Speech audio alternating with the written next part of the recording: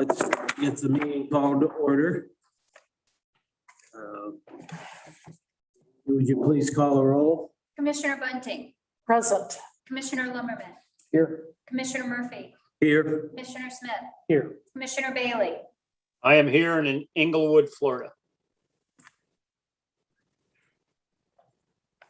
All righty, looks like we have a quorum. John, would you lead us in prayer again, please?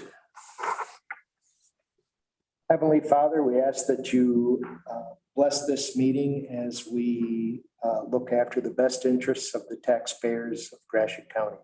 In Christ's name, amen. Amen. Amen. Stand for the pledge. I pledge allegiance to the flag Of the United States of America and to the republic for which it stands, one nation, under God, indivisible, with liberty and justice for all. Born and unborn.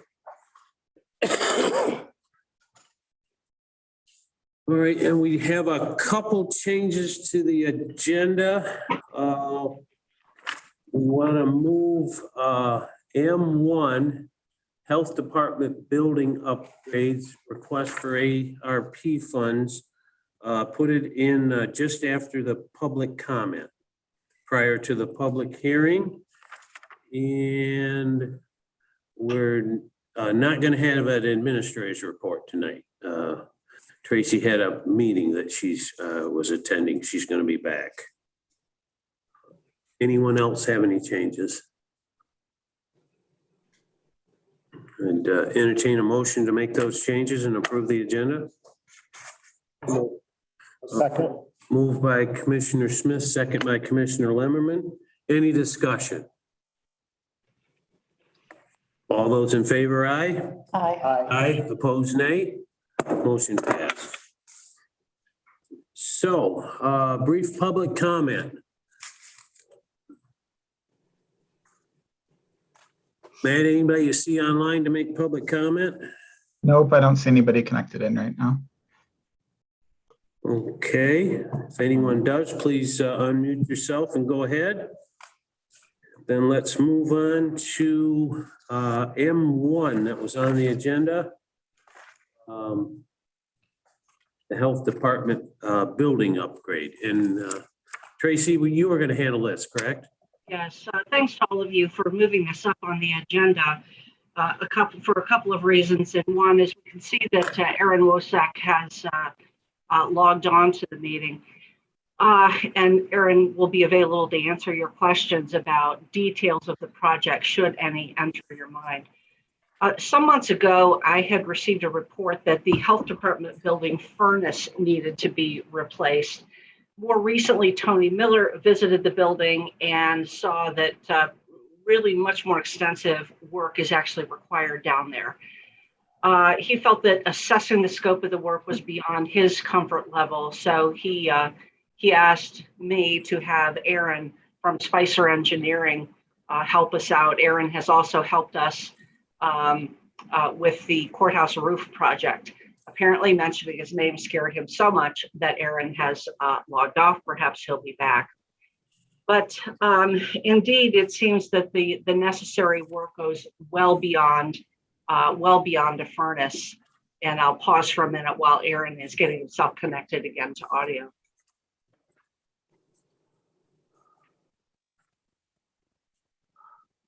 Okay, there we go. Aaron's report is attached. It's a part of your board packet. And from that, you can see that the work that's required. In his report, Aaron guesstimates that the project may run about $200,000 for the HVAC systems. I wasn't sure if the engineering design costs are included in that number or not. In addition to the HVAC work, Tony Miller has indicated that there's a need for replacement of some windows. So our next step on this, as with every project, is to issue an RFP. Before doing that, though, I'm bringing this to you for authorization to utilize ARP funds, and in an amount, for now, being very conservative, an amount not to exceed $500,000.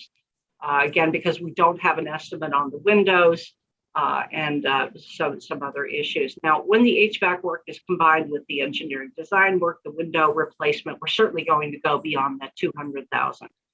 And the hope always is that the cost won't go as high as 500,000. This project qualifies for ARP funding as a capital investment in a public health facility to meet pandemic operational needs, and as ventilation improvement in a key setting like a healthcare facility. In his report, you'll see that Aaron references other counties, not that what everyone else is doing is dispositive or even right, but Aaron does mention that other counties are tapping ARP funds for work on their health department buildings. So Aaron, you've gotten to hear a little bit of what I've said. Is there anything that you would add to the presentation after unmuting yourself? And commissioners, do you have any questions for Aaron about his report? Of course, once we issue the RFP, we will be coming back to you for approval or selection of a contractor to do this work. Aaron, anything you would add? No, sorry, I had a little bit of difficulty joining there at first. Yeah. I couldn't get the audio to work. Yeah. So I think I might have missed the very beginning of what you said, but I don't think I have anything to add at this time. As other people discuss it, if you need any additional information or want me to clarify anything, I can do that. The key issue tonight really is authorizing ARP funds. The nuts and bolts of the project itself will come once we have a contractor, but I can certainly anticipate that, if you have questions about the project itself, I want you to have the resource here and necessary to address those questions. Okay. Yeah.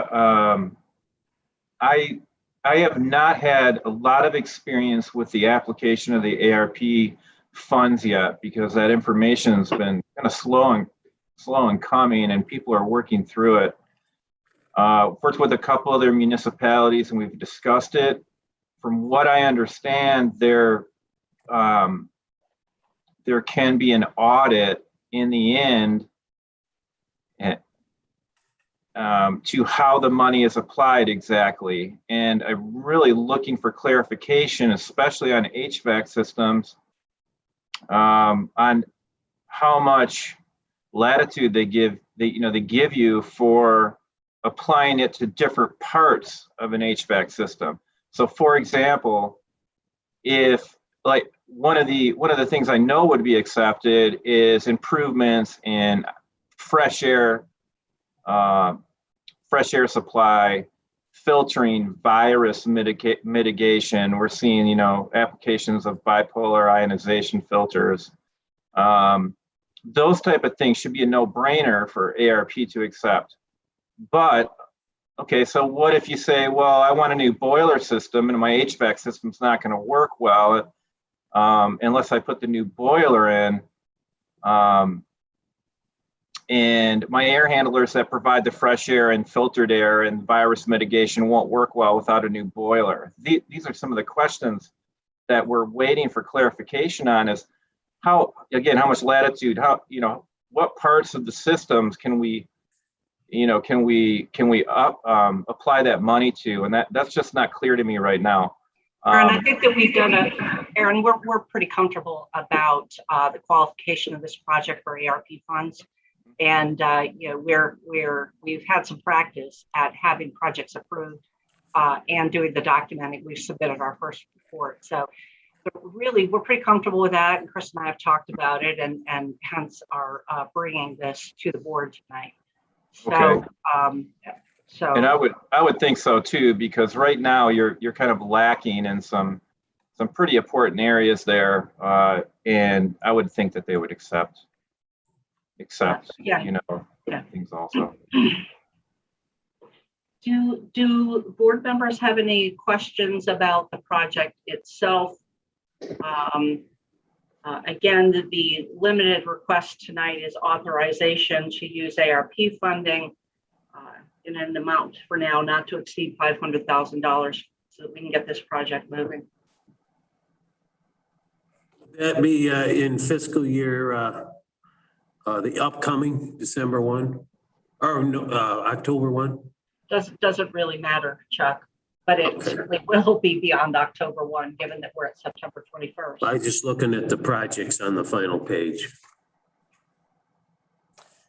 I have a question. I mean, you got 185. It looks like it figures up to 185. So you're thinking 200.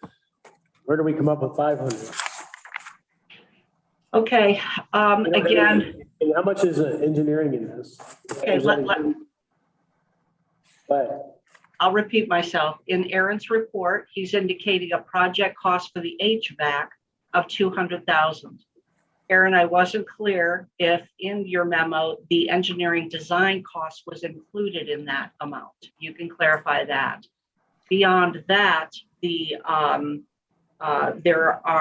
a great deal of uncertainty about availability of contractors, materials, and so forth. So I was building in a cushion. And then the window work, which certainly has to do with airflow or not flowing where it shouldn't. We don't have a price on that, and we haven't scoped that out. So yes, I'm shooting high. I just would like us to be able to proceed with this without having to come back. And of course, the hope is that it would be significantly below 500,000. That's the rationale.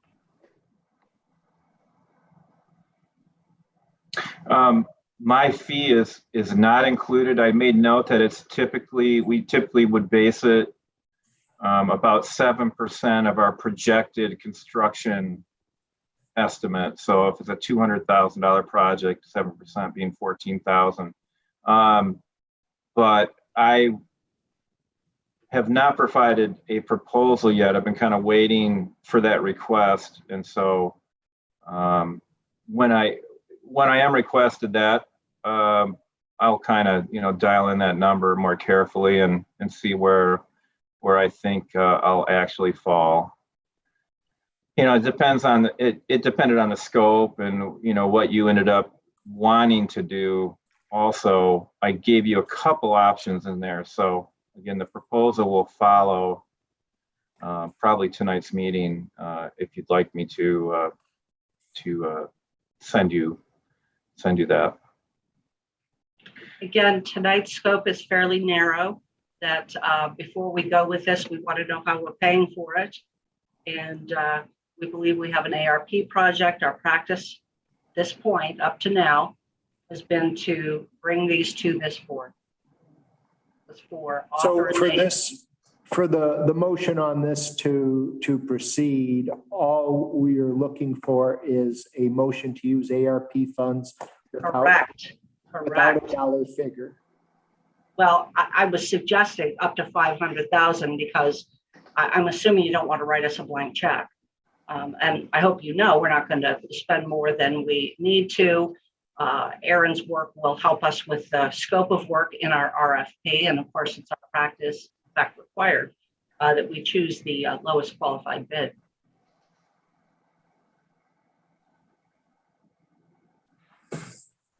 And Aaron, your bill will be 7% of the grand total of whatever the cost is, or will your bill be figured separately ahead of time? We typically will base it on what we think the construction estimate is. It's one of the tools that we use. I'll actually look at, the scope of work, how many hours that I think it'll take myself and others at Spicer Group to complete the work. So the 7% is a good rough estimate that we use. So that was kind of the best I could do with that the pre-proposal write-up I provided with you. So does that help? Yeah. Mm-hmm. So we're looking at a little less than 200,000 according to bids, even with that 7% in there.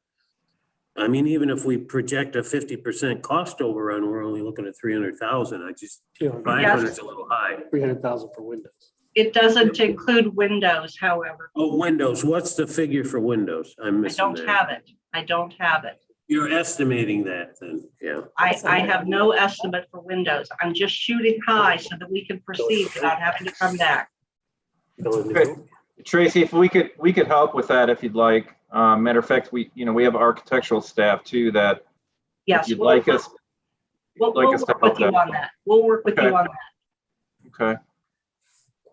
So I have a question, Aaron, for your operation. If you design a system in ABC Plumbing Company or whoever the heating and cooling guy is that puts it in, we get it all done and it doesn't work.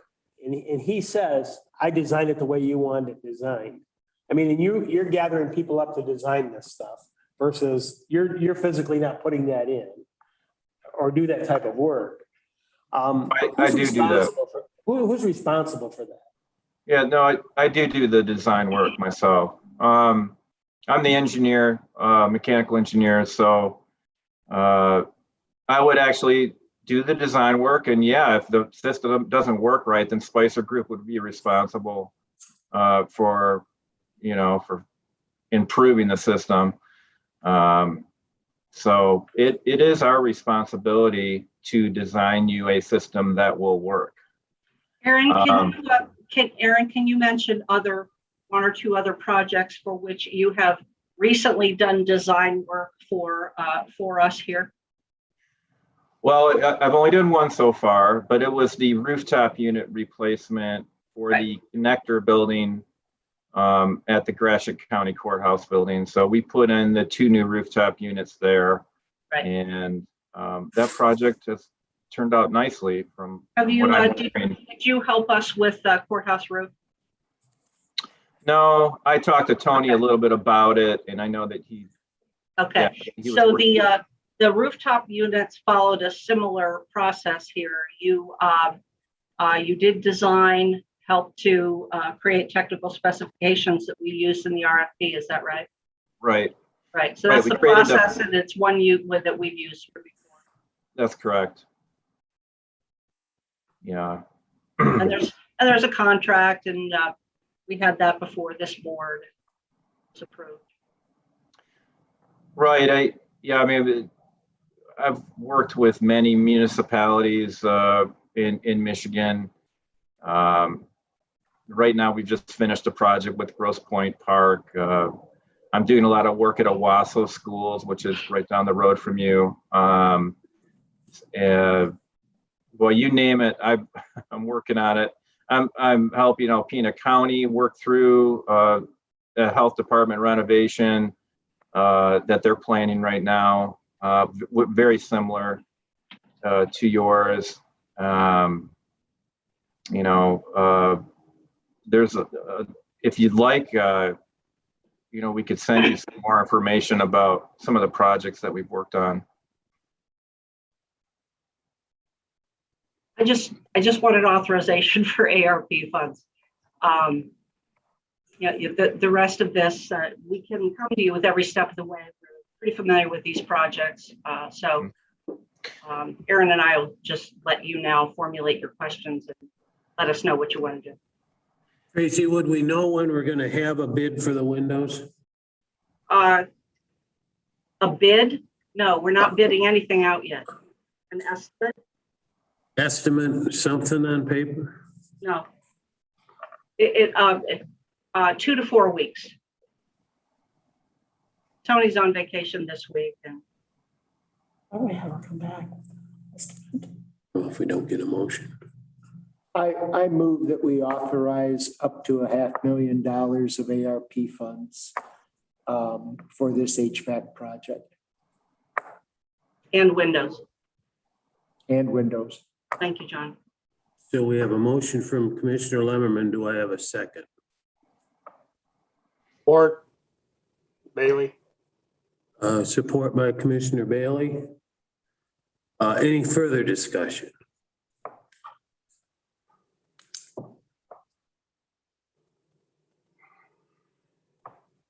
Hearing none. Why don't we do a roll call vote on this? Angie, could you go ahead? Commissioner Bunting, No, Commissioner Lumberman, Yes, Commissioner Smith, Yes. Commissioner Bailey, Yes. Commissioner Murphy, Without a real estimate on the windows, I'm going to vote no. Motion passed. Thank you, Aaron, and thank you, board. I will now, I believe I need to go into my other meeting. So Thank you very much. Okay. Tracy? Yes. No, I just want to say thank you and You bet.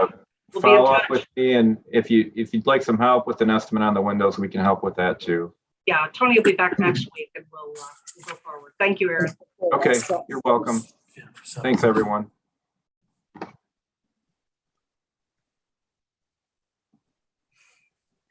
Okay, Would you, I'm sorry, I just thought I'd stay on for a minute. If you had any other questions about this, I might be able to help with, feel free. We'll touch base with you, Erin. Okay, all Thank right, you. very good. okay, I misplaced my agenda for a second. Now I'm back here. We're gonna do the public hearing and then You're on the 8. board minutes. Yeah, we're up to, we need a motion to have a public hearing on the budget. So moved. Motion by Commissioner Smith. We have a second. Second. Second by Commissioner Lemmerman. Any discussion? Favor aye. Aye. Aye. Opposed nay. Motion passed. So we're into the public hearing on the budget.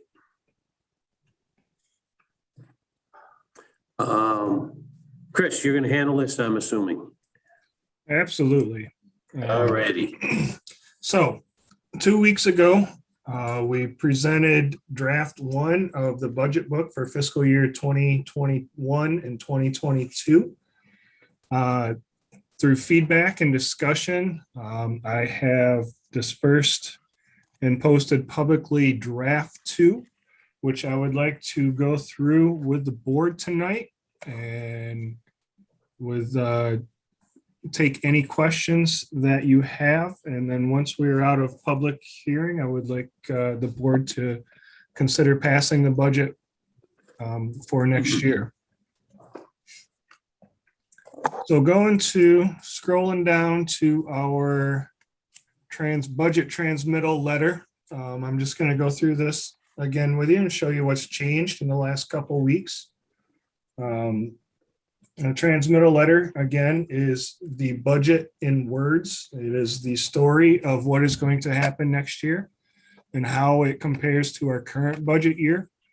One of the major changes that you're going to see in draft 2 versus draft 1 is our general fund budget for next year has increased $300,000 compared to what draft 1 showed. And that is because what we did is in our current fiscal year, we budgeted $300,000 payment to our OPEB account. It was decided that we would delay that until our current fiscal year. And the timing of when we are going to put it in the OPEB has not yet been decided, but there will be discussion about how we will do that in upcoming meetings. So just as a comparison, we're looking at $3.5 million in our general fund for our upcoming fiscal year. And in our current fiscal year, that sits at $3.1 million. Again, our overall county budget, including our special revenue funds and our debt funds, sitting at $40.5 million compared to $38.1 million. Now, this overall also did increase $300,000 due to the delay of the OPEB payment submission. And again, just to remind you, if you don't remember, the board did decide to delay that due to potential uncertainty in the markets. There may be a better opportunity in the near-term future to bring in some better returns if we delayed that payment. And again, anytime that you have any questions, please feel free just to interject and let me know. We can cover it right away, or we can cover it at the end of the presentation. So challenges in this fiscal year, one of them, we already started walking through a little bit at the beginning of this meeting, is the ARP funding that has been awarded to the county. The rules for spending, passing it through to either other agencies or nonprofits and reporting on that. And it expounds beyond the budget, deciding which projects we will take on during the fiscal year and beyond. The second is the turbine tax litigation. Is ongoing litigation that has not yet been resolved. Looking at our general revenue, our general fund revenues, we're expecting approximately $14.6 million in the upcoming fiscal year compared to our current year of $13.2 million. So we're looking at an increase of about $1.3 million. And the majority of that is related to tax collections, and of which is from turbine farms. Our current projected tax collection is just under 9.3 million. In our previous fiscal year, it was just over 8.2 million. So you can see there was an increase in projected tax collections. Just go over the expenses real quick from the general fund. Again, we're looking at about 13.5 million for the year compared to 13.1 for our current. Our projected surplus did decrease because we authorized that $300,000 payment in the future fiscal year. Now, our projected surplus for next year will decrease because of that, but in our current fiscal year, the projected surplus will increase because we will not be making that $300,000 payment. So it is a wash when we look at the bank account. It's just pushing an expense from one year to another. Salaries, wages, and benefits represent 56% of our general fund revenues. I mentioned that this is approximately where we want to be to have a healthy budget. Once we start creeping up towards 64-65% of revenues and beyond, that's where it can get very tight in having enough revenues to pay for what we need to pay for to continue operations. So I'm very happy to see that the county has a very good ratio between salaries and the amount of money that they do bring in. Operating supplies for the year, we will continue to renegotiate contracts, look for ways to save money on our day-to-day operations. Number 4 here on page C, general fund debt service. The general fund does have 2 bonds currently that they are paying on, the pension liability bond, which will be at $858,000 for the fiscal year. And then our portion of the Emergency Operations Center building debt is 1/3 of this $56,000. The other 2/3 of that $56,000 payment is paid by 911 since Emergency Operations does share a building with 911. Included in here are our additional drain debt payments. These drain debt payments are levied when a specific drain is created or maintained. A special assessment is put on that properties that are affected by that drain in order to pay down these drain debts. So that is not part of the general fund, but we do report it and show it as bonds that are outstanding. Chris, can you hold up there just a second? Yes, sir. And I just want to ask you, in my mind, based on conversations that I've had with you before, I think that you have said that you expect next year to be a high water mark for tax revenue for the county, or close to a high water mark. Is it also true that we're set up that next year is also going to be kind of a high water mark for debt service, and that once we get through next year, we're going to start to see that debt service contract? Well, particularly talking about the pension liability, since it is our biggest bond, yes, next year will be our highest liability bond payment for that. It would, if the current plans with the wind farms that are in place, if the wind farms are constructed next year, then yes, I would expect that to be probably our highest revenue intake year in this bell curve of revenue that we're going to take in with the wind farms. And I say it's a bell curve because it's going up while they continue to construct them. Right, But once the construction is done, they will start to depreciate. So yes, when it comes to the timing of the bond payments, it does match up well with that bell curve. Okay. Because Thank you. once we get, our interest payments are going to start lowering in our pension liability bond. So That'll be after next year. correct. And we'll still have a high watermark if they put these 72 towers up in the next year. Those will probably come on the end of next year, at the end of a year from December. So we'll still have a high watermark. They'll appraise them in March. We'll have one more year of high watermarks. Because you're gonna pick up 71, 72 more towers when we put those up. And our bond interest will be going down. That'll be a good thing. So yes, that would, having if the turbine farms go on the books in next year as construction in progress. Yeah. And then on Foley, the year after that, Yes. then yes, that would most likely be the year where our revenues would peak. So thank you for that, Commissioner Smith. I'm just guessing. I am too, and I'm trying to be as conservative as possible. Because I do not know where they are in construction or even approval. Yeah, they're just getting around to get their permits around, so. All right. Number 5 here under general fund expenses is appropriations.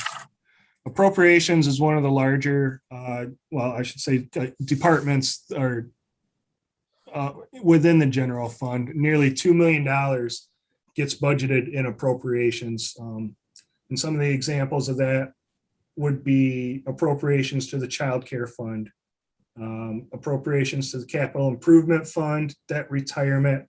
And this actually increased between draft 1 and draft 2 because I put in there appropriations to the OPEB fund for $300,000 payment. So that bumped up $300,000.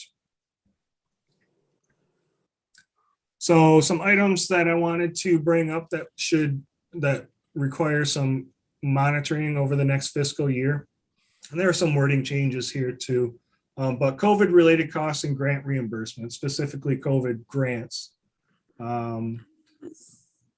The child care fund, I just mentioned there's an appropriation to the child care fund from the general fund. This is always a fund that I closely monitor and that the board also. The county landfill, we appropriate $50,000 for the landfill each year. Sometimes we spend upwards of that. Sometimes we don't spend all of that, but at the same time, we're working towards trying to release some state funds that have been set aside for the county landfill. So we'll continue to monitor that. So that works us through essentially the verbal representation of next year's budget. So I'm going to work our way into one of the most important legal items that comes from this public hearing is recognizing and approving the authorized mills. That is something that you work through officially with Keegan when he brings his mills for authorized mills to be approved, but it is also a requirement for the evening or the day that the budget is approved.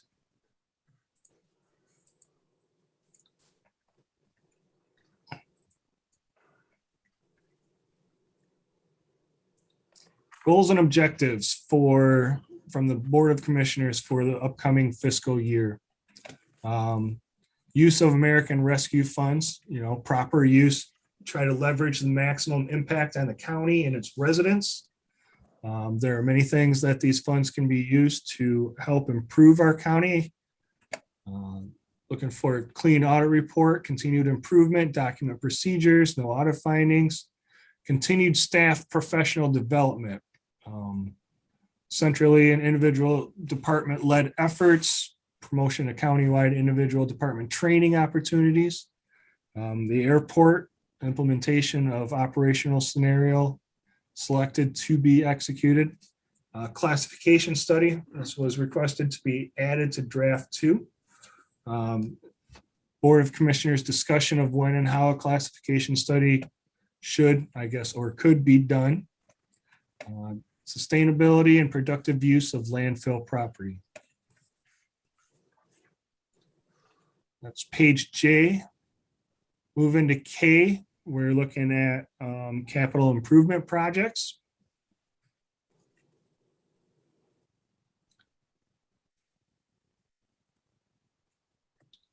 The difference between this year and last year, the capital improvement plan does include an ARP column for each year. So for each of the individual projects that are eligible for ARP, it is indicated here in the plan. I have a Scrolling, couple questions, Chris, for you. okay, Going back to page K, what is okay. what do you have panic buttons for $50,000? What is that? Don't all the offices have those already? You're just going to upgrade them, or? No, not all the offices do have them. And that is the thing. We have several offices that have requested and should have them that do not. We also have buildings that do not have them that should have them. So that is the upgrade. That is the system upgrade right there that Could we get a list of the buildings that have to have it, or? I was just curious. And if you want to get with me, Dan Morton and I worked on this prior to COVID. Uh-huh. And that kind of got stopped. We have a list that we had worked with Matt on of all the offices that do and do not have. Oh, okay then.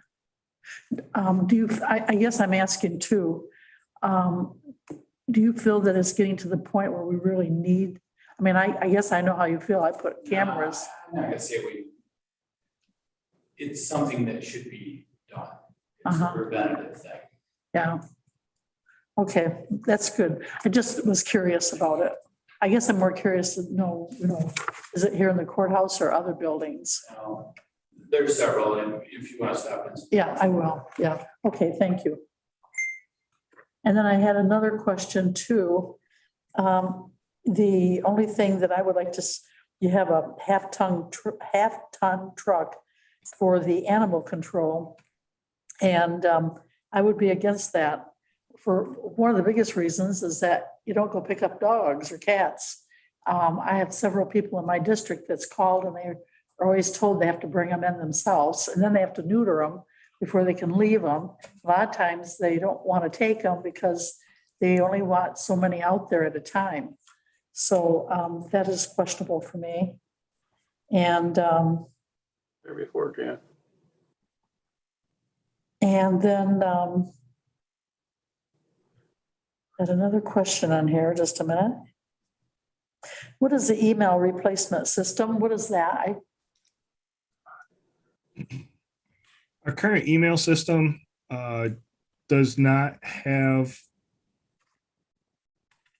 well, I'm trying to think of the proper way to say this. There are ways that we should be upgrading our email system so that security in it is upgraded, particularly when we are accessing it through the website or through or from home.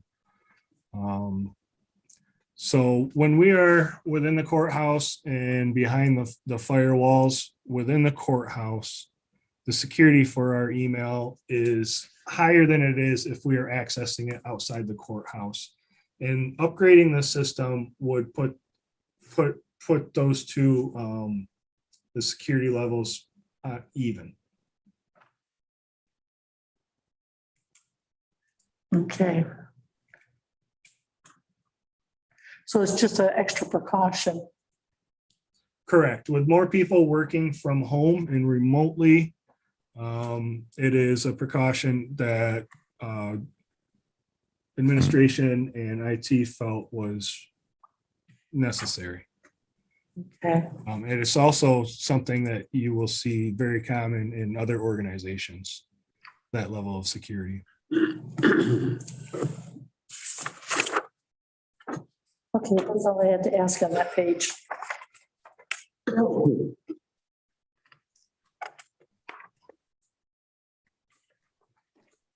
I free to continue on then, Commissioner Bunting? I'm sorry, I didn't hear you. Am I free to continue on? There's nothing else on that page. I'm going on down the next pages. Okay. Thank you. Well,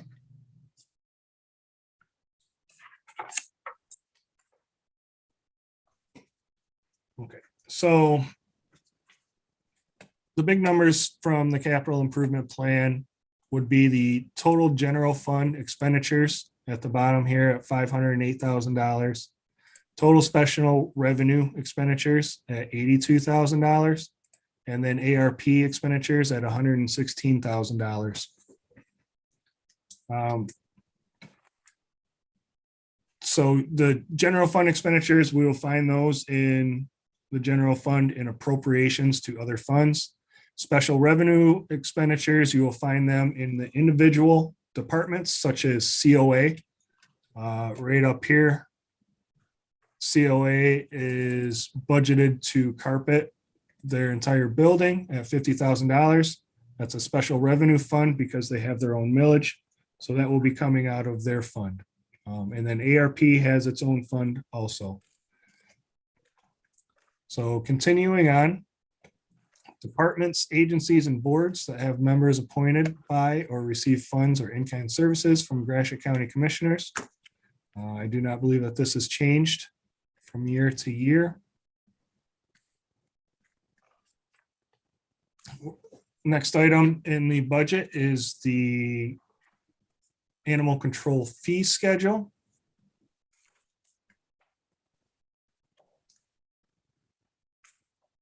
Nothing changed in animal control. The clerk's office. I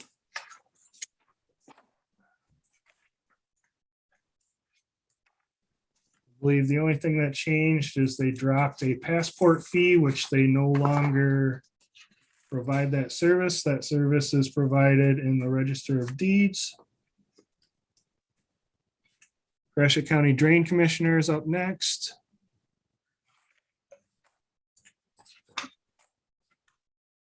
Nothing from the Drain Commissioner's office has changed from last year.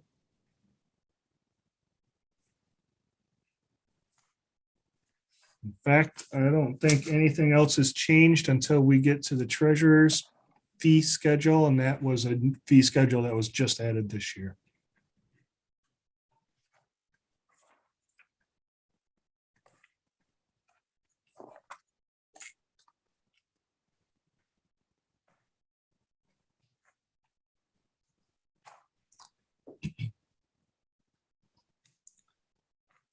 So I'm going to move on from the fee schedules to the elected officials' compensation. This was updated using the most recent salaries that were adopted by the board due to the study that was performed.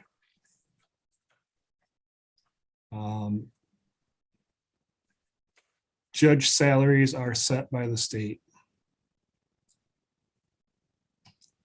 Next section within the budget is the salary schedules for each of the unions. This is the new POAM schedule. POAM is the Sheriff's Department, Road Patrol, and Corrections Officers.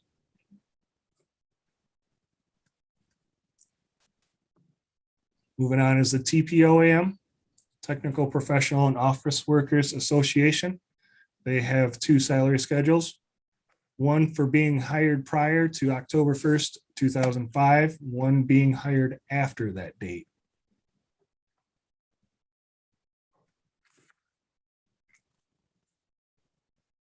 GELC is the last of the unions of the salary schedules that is in here. Governmental Employees Labor Council is what that stands for.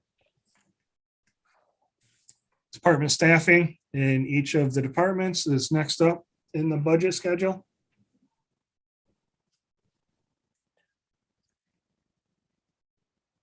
This do not believe this did not change from draft one. So this is one of the first documents that is required to be passed by the board for the budget. This is the general fund expenditures by department.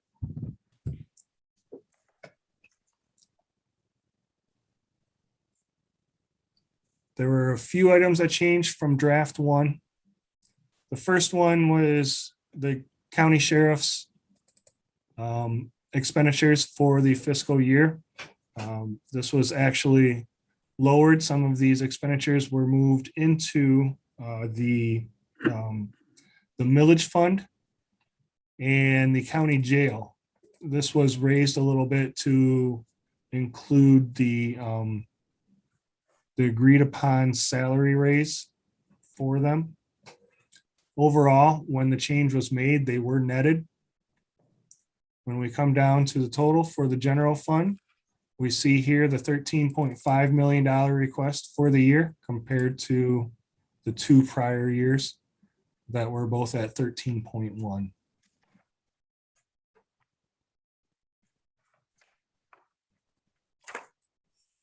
Now, I know I went through these departments in the general fund in detail more in the prior meeting that we had.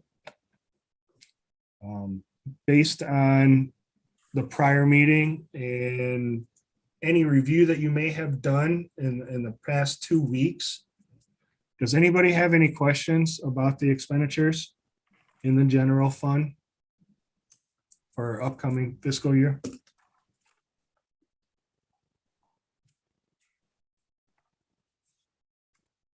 Now, we've had a chance to look at it for a while.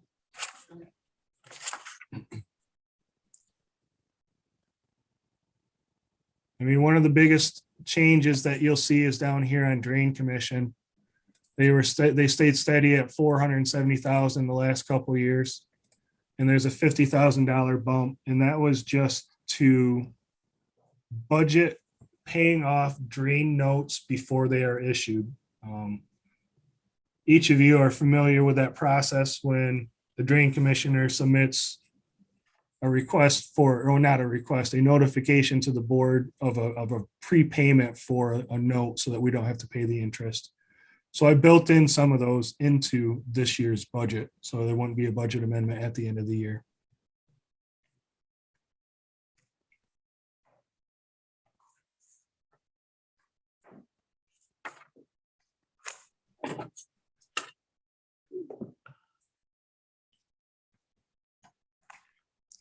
Moving on to page 3. Page 3 is the funding sources of the Gratiot County budget for every fund that they have. The Michigan compiled laws requires a 3-year schedule of this to be presented with the budget. The funding sources for fiscal year 1920, funding sources for 2021, and then funding sources for 21-22.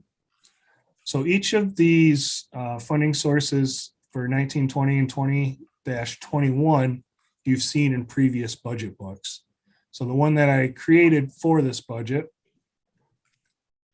is obviously the funding sources for 2021. So what this shows us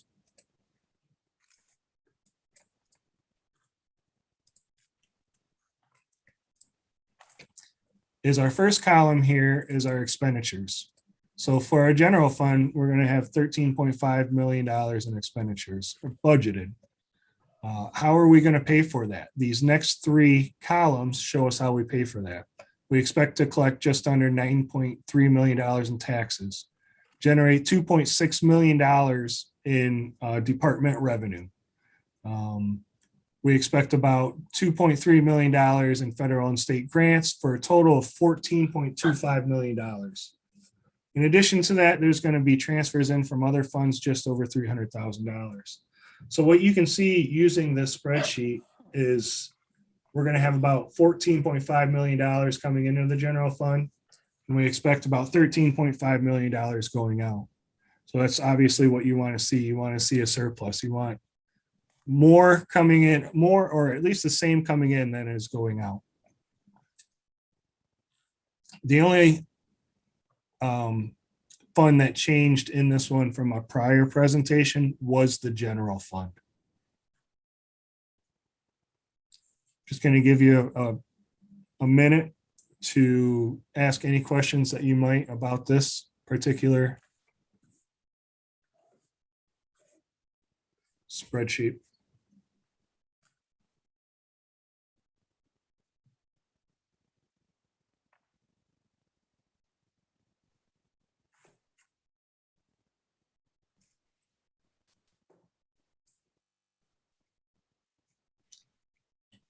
So the final item that is required to be presented within the budget is the projection of fund balances. What the projection of fund balances tells you is after we get done spending everything that we are budgeting to spend, are we going to have any money left over in that fund? And yes, we have to have money left over in the fund. We can't spend more than what we have.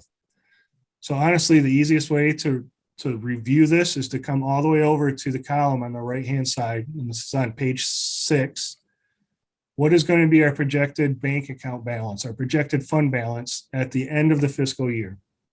If you see anything that's negative in there or below zero, obviously we don't want that. So everything in here needs to be zero or having a balance. So when we scroll through here, we see how much money we expect to have in each of the funds. For example, the general fund, we expect to have $7.8 million in it at the end of this fiscal year. Our COVID recovery fund, if we spend everything that we budgeted, which what we budgeted was a guess, we would expect to still have about $5 million in there.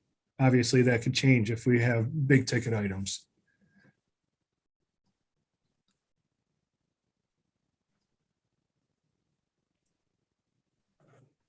That brings us to our general fund historic trend and highlights. Our last 3 years, we can see our expenditures 13.1, 13.1, 13.5. And then we see our revenues where they jump up 13.3, 13.2, 14.6. Upcoming year, our revenues, our operating millage, our taxes collected are expected to be about 63% of our total revenue. Our expenditures, our salaries and benefits compared to our expenditures is about 61%. Our pension fund cost is about 8% of our expenditures total. And then our non-salary expenditures is running flat at about 20% of our total budget. And after that, we come to our supplemental information, which is our individual departments, each line by line revenue and expenditures. I will go into those if you have specific questions about them. But you didn't have questions about the overall expenditures for them. So I'm going to turn this conversation over to the board for questions to me and any discussion that you may have.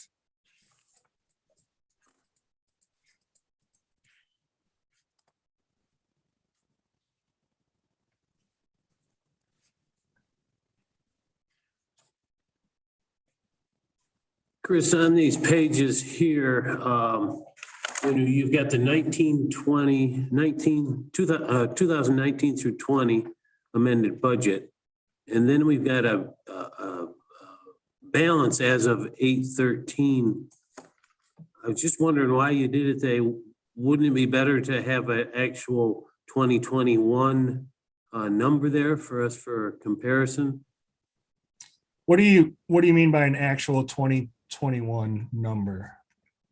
A projected number. I'm just looking at the first page here and they're all the way through here. Right. Shouldn't we have an approved budget number, maybe column, along with what we've actually spent until 8/13? I can definitely add that to I was just future budgets. thinking for future reference. Okay, absolutely. I mean, this is a supplemental report to you, and we can adjust it in that way. Absolutely, 100%.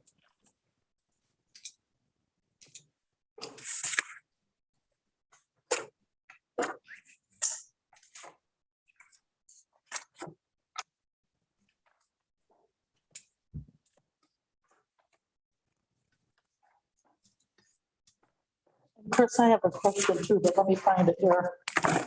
Got papers everywhere. Chris, will you double check the indirect cost? Because when I checked that, I was kind of making a list of who had indirect and who didn't have anything. I was curious to see. I had to try to figure out your method. But anyway, when I added that up, it didn't come out the same as what you had. So I'll just have you double check it. Okay. And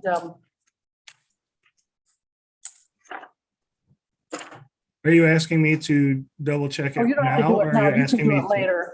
Okay. Yeah, I had a different number. It was a lot different. But I was just curious because all of somebody that gets a millage has indirect except for the library. And, but there was also so many of the ones here that do have it, like, I think one was the courts. I just wondered how you figured that out.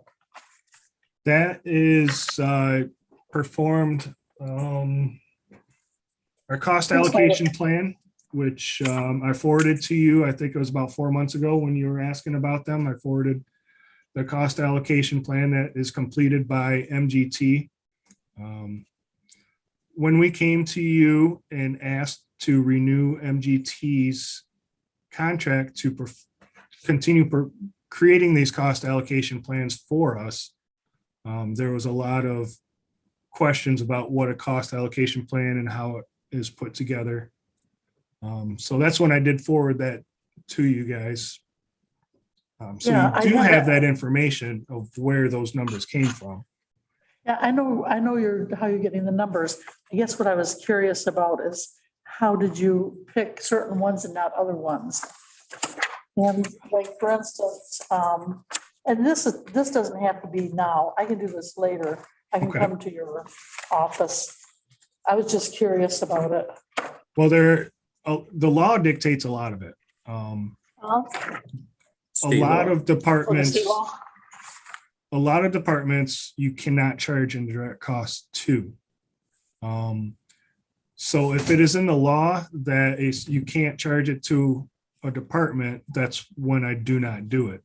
So if the reason that we are able to charge it to the millages is because the way that the millages are written up and voted on, the millage itself allows indirect costs to be charged to them. Yeah, but what I'm saying was that there was a lot more. I think I had 11,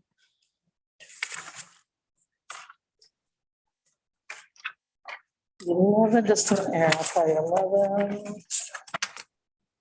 14 different ones that you had charged them. But, I just wondered how you went about that.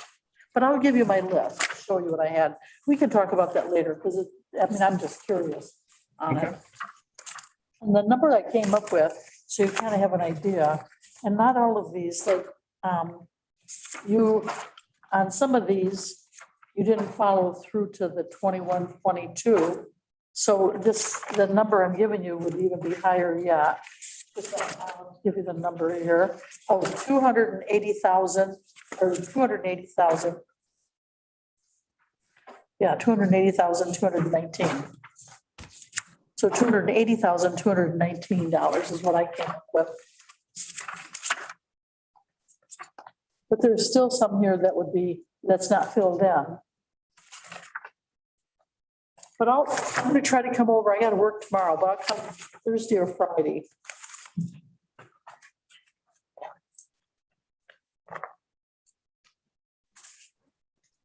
Chris, one page that was different, page 84, Fund 272, Commission on Aging. Charge for services, interest, nutrition. These are donations they take in? COA donations? Yeah, page 84. Yes. George sits on this board, so he's very familiar with this, but COA, Commission on Aging, they do take in an extremely large amount of donations to help, their day-to-day operations. Well, not day-to-day operations, but, to help fund their program. Chris, I can address that if you'd like. Yes, sir. Go ahead. Let's take, for instance, the Meals on Wheels. All of those meals are free. But in conjunction with that, we encourage all of those that get a Meals on Wheels that they donate. Those meals run about $3.50. So a lot of people will donate back that plus. Okay. So that's where a lot of that comes from, is those donations.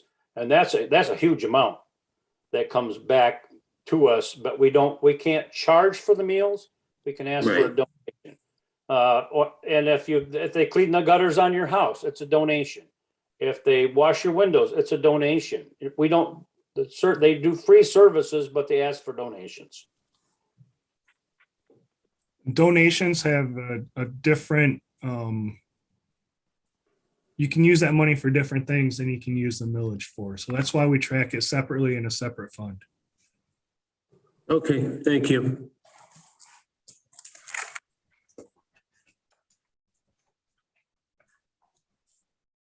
Chris, I've got a question on page 5. Back to the OPEB fund, and that's fund number 737.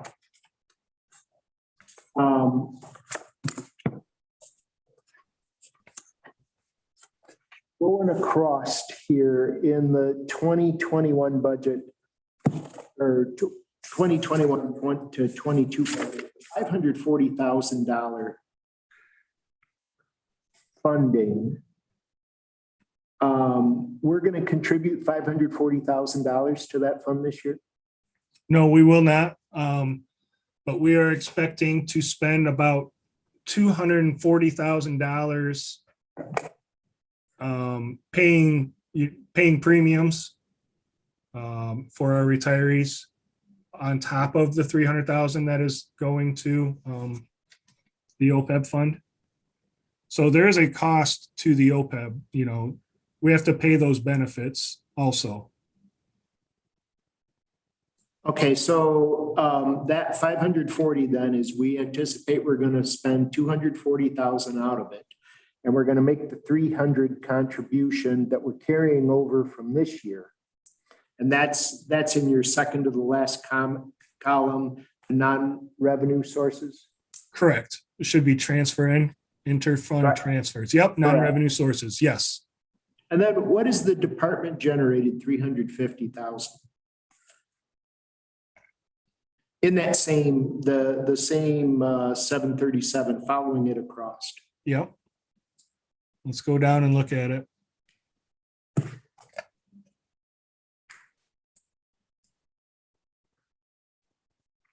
The majority of that's going to be appreciation in the trust fund.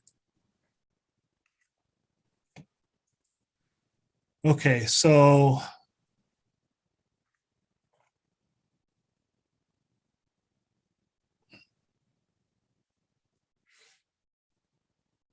investment gains and losses at 120.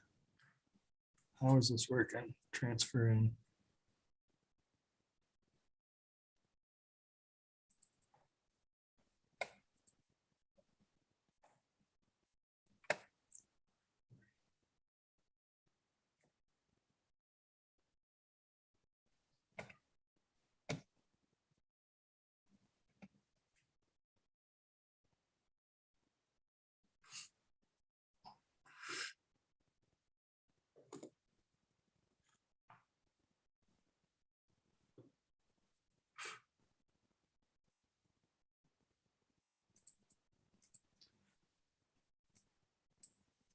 So we will have investment gains and losses.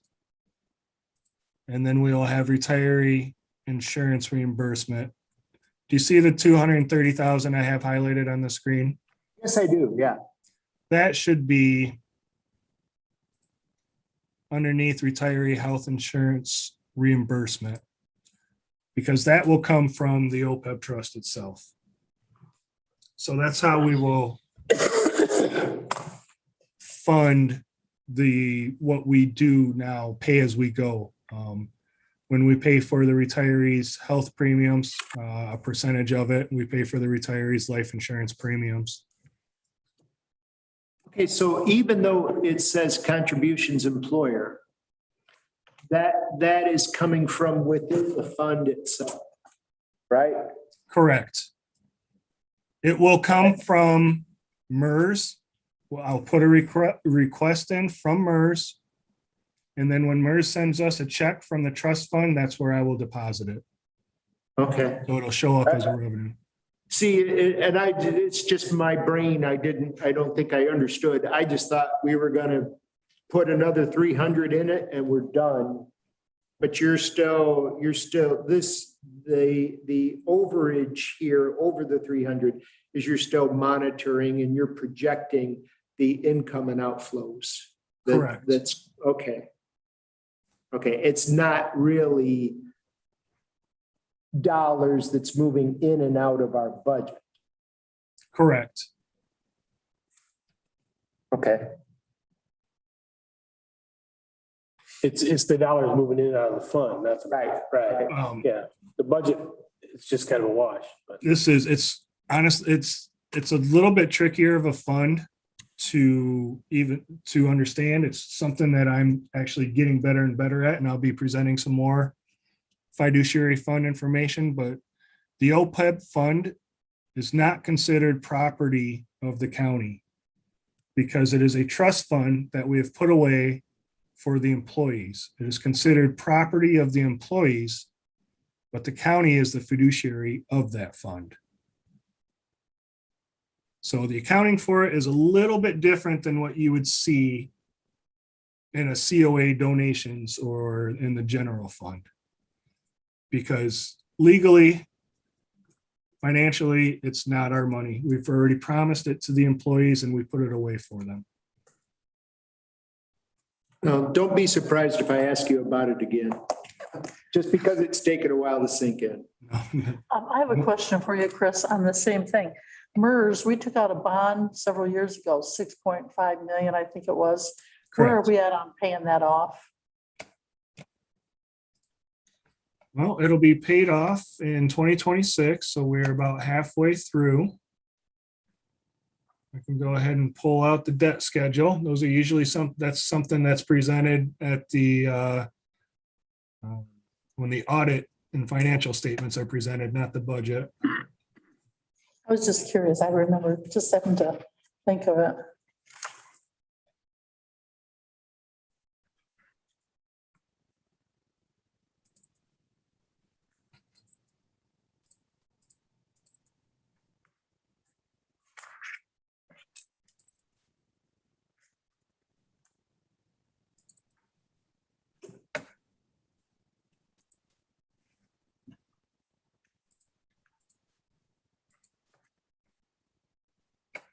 Okay, so here we are with our general operating pension obligation.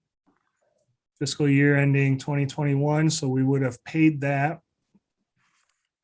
So we would owe just under $4 million in principal and just over $350,000 in interest.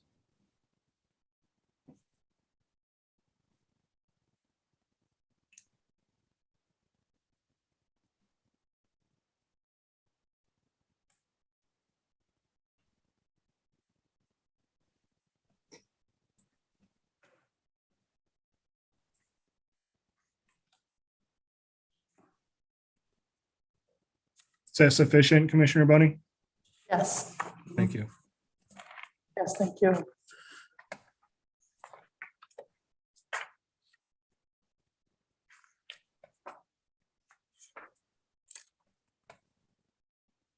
All right, any other questions for Chris?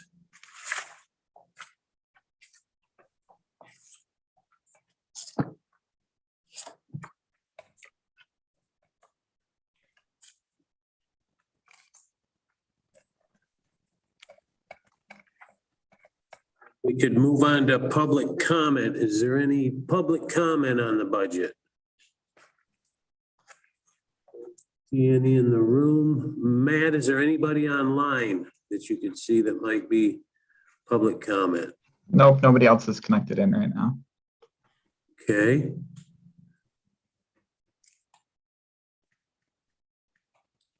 Will we adjourn the public hearing? Motion by Commissioner Smith that we adjourn the public hearing. Second. I'll second it. Second by Commissioner Bunting. Any discussion? All those in favor, aye. Aye. Aye. Opposed, nay. Motion passed. We're out of the public hearing. And any further questions, or I believe we're looking for a motion to approve the budget. So moved. Motion by Commissioner Lemmerman. We have a second, support by Commissioner Smith. Any discussion? Yeah, there was a few things that I was not for. And I had talked with Chris about passing the budget except for those things. But I would like to, I'll see how you feel about it, and we'll either pass it or not pass it before we pass the budget. Because those would be the things that I would not want to, I would not agree to. One was for the animal shelter. Well, that'll come back to us when they go to buy a truck, when they purchase a truck, they'll bid it out. Don't the budget have to be passed by October 1? No, they're gonna buy an extra one. They'll have 2 trucks. They just, Right, but that'll come back to us. That'll come back to us with a bid that they're gonna bid out. yeah, no, I'm against them having 2 trucks because of the fact that, first of all, they've been shut down. When I took a tour through there, they didn't even take any animals for over a year. And they don't pick up animals because I have a lot of people complaining about it. And for us to pass another truck, and that was the first thing I told Chris, I said, I'm not for another truck for them. They don't even pick up the animals. People call them and they have to bring them in themselves. So I don't understand why we need 2. I'd just like to say that that truck is not in the budget. It's just part of the capital improvement plan. And that's in the plan for fiscal year 22-23. So that truck is not in this budget. So you're saying, Chris, that truck would be in the following year budget? That is correct. If Okay. it were to be approved by the board, It would have to be approved by the board in the next budget. So yes, in the next capital improvement plan, this will probably be in the next capital improvement plan, and that's when you guys could discuss it and take it out. So it doesn't go in the budget, or you could leave it in, depending on what you would like to do. So right now, let me ask you this. So you're saying like next year, next September, then it comes up that we would vote on it then. Is that right? Correct. There's no money budgeted for this truck. It's just a plan. It's in the capital improvement plan for next year, Chris? You guys have want one this year, I'd want to take a look at that real quick. the capital improvement. For 22, 23. 23. And you would be bringing that capital improvement part of the budget to us over that next year. Correct. Next year for the following year. 4 or 5 years of capital improvement. Right. 2 years, he's saying he's gonna need a truck. I don't know what they have I now. thought it said second truck, I thought on It's here. on page K, What page? page K, Eight? right in the beginning. Okay, K. as in, Okay, okay. I like that, having the letters. Okay, just a minute. Okay. 22, 23. But what I'm saying, as soon as it turns 22, which would be in January, we would vote on it then. We would be still Later. under the They come in at 21, 22 budget. Yeah, we're doing that now. Doing 21, 22, then next year in October, we'll do 22, 23. But that's in, if you look at it, it's not in this next year's budget. Is it in the second row over, second column over, second Yeah, column? Third column. So look up at the year that they want. Look up. 22, 23. 22, 23. So they wanted it in a couple of years. He's just saying in a couple of years, I'm gonna need a truck. Okay. He not saying I need it this year. But in 2 years, that whatever he's driving now will probably be bad or something. Okay, and then the other thing I had a question on, one is some of the policies. And there was one, I've not read the policy that you guys approved at the last one, and that's my fault. So I would like to vote on this, but I'd like to remove the policies.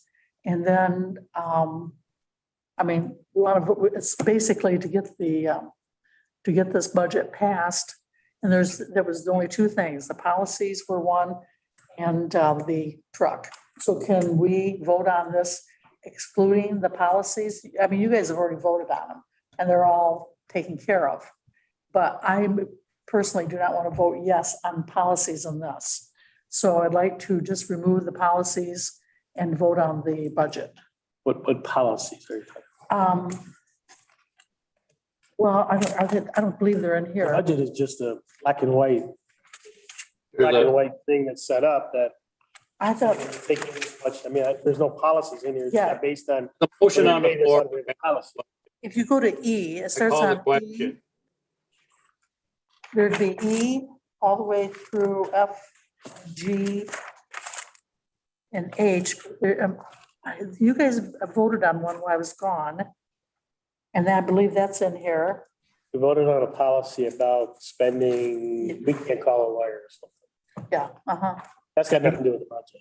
That is you're referencing the resolution to pass the budget, and that has to be passed for the budget to be passed. I mean, the resolution just formalizes passing the budget. There's nothing in there about legal expenses or anything like that. okay. Is there anything mentioned about that this budget is to follow the policies of the county? I don't remember seeing. Yeah, I think there, yeah. Just a minute here, I underlined everything if you need. State or something. Doesn't the state mandate this budget, Chris? I apologize. I didn't hear what you said. Doesn't the state mandate this budget? To be passed by the board by, October 1, but they mandated pretty much how it's set up and we're taking their money and they pretty much lay the accounts out pretty much. And we have some different accounts that we do, but correct, yes. yeah, it's nothing to do with policy.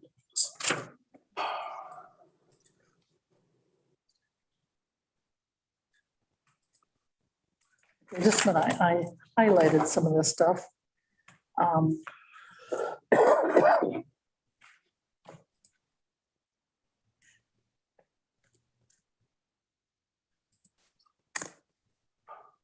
Okay, look at, how it's, further resolved number 20 on page H.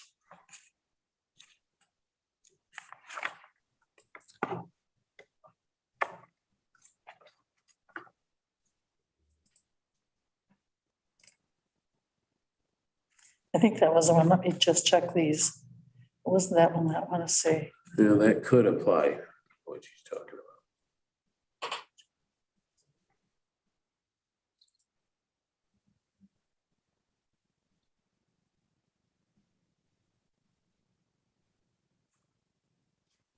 Okay, So you're suggesting we should not follow county policies? no, I think we should, but I haven't read the one that you guys passed. And also there was the one that we passed in January that really, but- it was never discussed, all the things that was in that policy. And I think that that's a lesson that we need to read our policies. Motion on the floor. There's a motion on the floor and I call the question. Right, I think what Commissioner Bunting is asking is that it sounds to me like Commissioner Bunting, you want to vote yes on the budget, but you're concerned about two of the policies that we'd be Yes. support. That's already passed. Two of the policies. Already passed, yeah. Yeah, but once I pass the budget with those in here, I'm saying that I approve of what was done, and I don't. Then vote no. Vote no on the budget. Well, it'd be nice to vote yes on it, but it's up to you guys. Problem. The policies have already been passed at a meeting in January and a meeting last month, was it? Or meeting before, I don't know, 2 meetings. It was the last meeting. It was last month. It's in the minutes. It's up to you. I'd like to have those two taken out. Ain't gonna happen. Huh? I object. don't- There's a motion on the floor to pass the budget. Yes, George, there is a motion on the floor. Do I hear anything that there wants to be any changes to it? If not, we should proceed with the vote. And I'm assuming we need a roll call, Angie? Commissioner Lumberman, Yes. Commissioner Smith, Yes. Commissioner Bailey, Yes, Commissioner Bunting, No. Commissioner Murphy. Yes. Motion passed, budget passed. And thank you, Chris. Did a Thank you, great Board. job, Chris. And gonna move on to the consent calendar. Board minutes, communications, recommendations from committees. Minutes of the last meeting. One thing I had under the minutes of the last meeting, I think we should say that on that Commissioner Bunting absence was because she was representing Gratiot County at the event in Germany. Any objection to changing that? That's the only thing I saw. Anyone else want to separate anything out? Can we change that without an objection?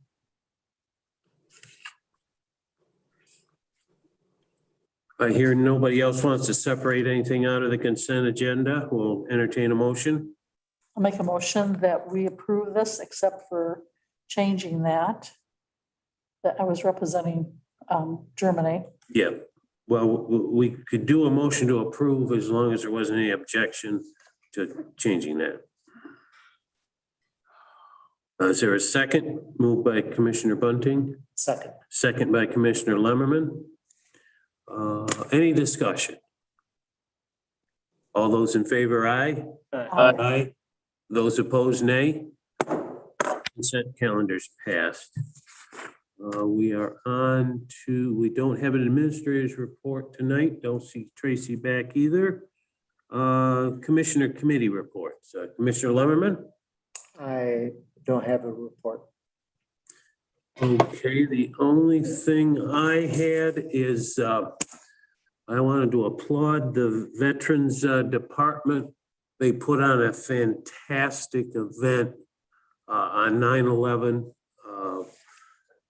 at the park out here.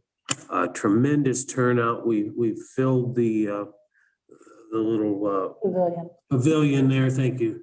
I was looking for that word. We had a World War II vet there. We had Korean War vets there. We had many Vietnam vets there. The event was called to honor our Afghan and Iraqi vets. We had a few, but based on everything that's gone on after the last month, our Afghan vets particularly, I think, are hurting. And we need to keep them in our prayers. But they put on a tremendous event, and I wanted to mention that. And I personally am very upset at the Alma City Council overturning the Alma Planning Commission on this rezoning issue, and it disrespects that committee. I can't believe they did it. And the chairman of their planning committee submitted his resignation on it. So that's all I had. Thank you. Commissioner Bunting? Okay, I also attended the veterans on that Saturday morning. It was very emotional. And I also sat right across from the gentleman that had been in World War II.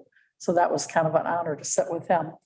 I've also been to Bethany Township for a meeting, and I've also been to Breckenridge also for a meeting. And of course, you know that I went to Germany and they asked me to represent the county. And also they have a ad hoc committee, or they're trying to, what's happened is that Tom Steer has left the county. He's moved to Montcalm County. And of course, you know that Greater Gratiot, I can't think of his name. Don Shore.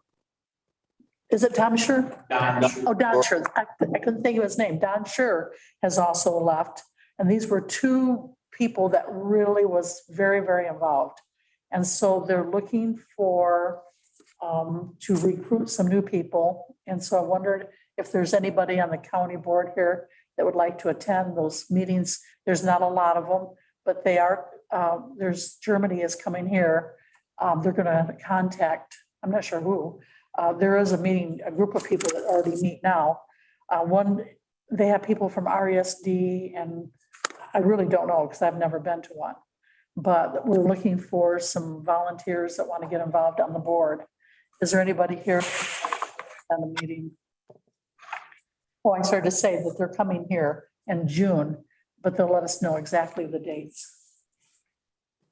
I was contacted by Rex Smith on that, and I'll have a comment on that after we're done with this Okay. committee report. Are any of you guys interested? I know you have a lot of meetings already. I'm not out of town. I'm still working. I'm sorry. I'm still working. I know it's a busy time. Well, one of the things, what I'll do is, they've asked me to come to the meetings because I've been there already. And what I'll do is contact you guys, let you know when there is a meeting. I know there can only be two of us there, and I can also inform you what's going on with it, but they would like to see us more active in it. And I'm not sure, like I said, I've not been to a meeting. I've only talked to the two guys that went, was Tom Steer and Tom Cooper, and they've been there 6 times. And I mean, it was a wonderful experience to have gone there. So there's too many highlights to go through them all. But anyway, that would be the end of my report. All right, thank you, Jan. I have anything. Nothing? Okay, George, you have anything? Yeah, I attended the Alba Township Board meeting. I attended the North Star Township Board meeting. I attended Greater Gratiot, or not Greater Gratiot, Commission on Aging meeting. And all of those are doing well. And so that's all I got to report. You were also at the Veterans, George. Oh, yes, I was there, but I didn't participate. I just, because I'm an old Vietnam vet, I had to go. All right, thank you, George. And then under Jan's, I was contacted by Rex Smith.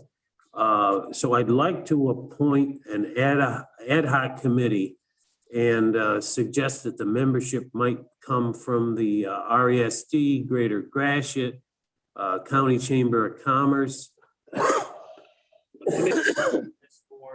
and then 3 citizens at large. So I'd like to. I think one of the citizens at large would be the Tom Cooper. He would probably- Okay, well, I kind of anticipate that Rex would facilitate creating this board, and they would bring that back to us if we could get the names without objection. And I even two commissioners can go to that. Okay, You guys can take turns or anything like that. it sounds like, Jan, you'd like to be appointed on that committee, Yes. or you'd be willing to. Yeah, Anyone else? And you can leave it open, and if you guys, whatever Yeah. the meetings are, I'll contact you and let you know.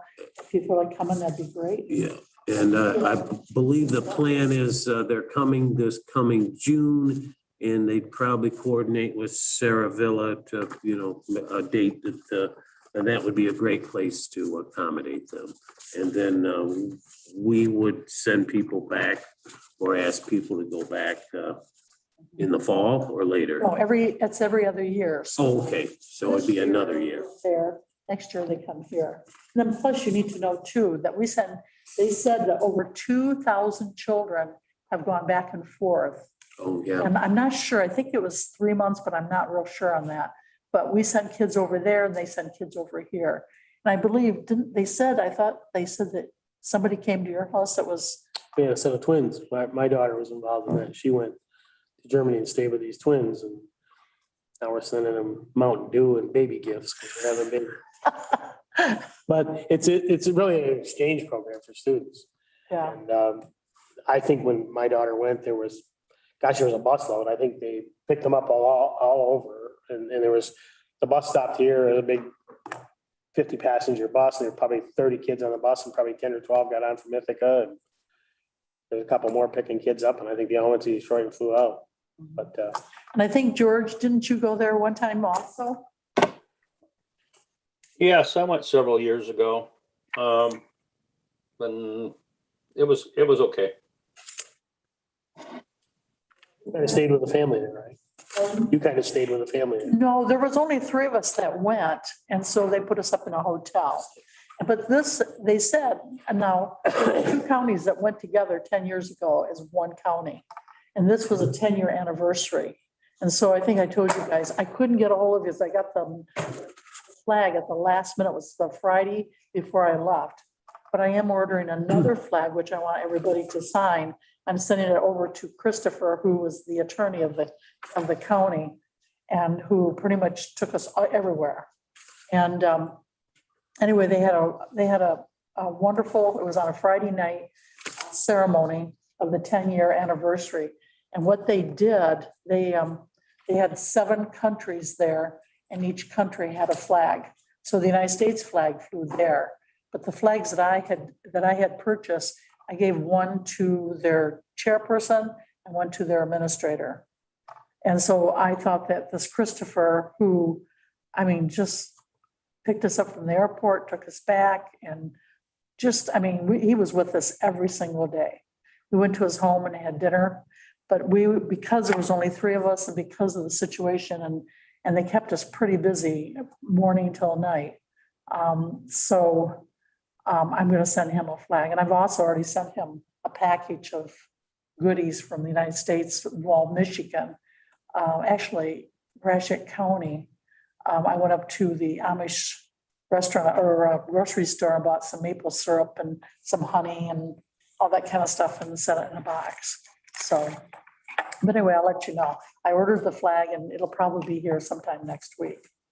But anyway, they talked about you, Sam, and your children and George and coming over, and they're very, they don't forget nothing. I mean, they remember everybody that's been there and come in here. So that's nice.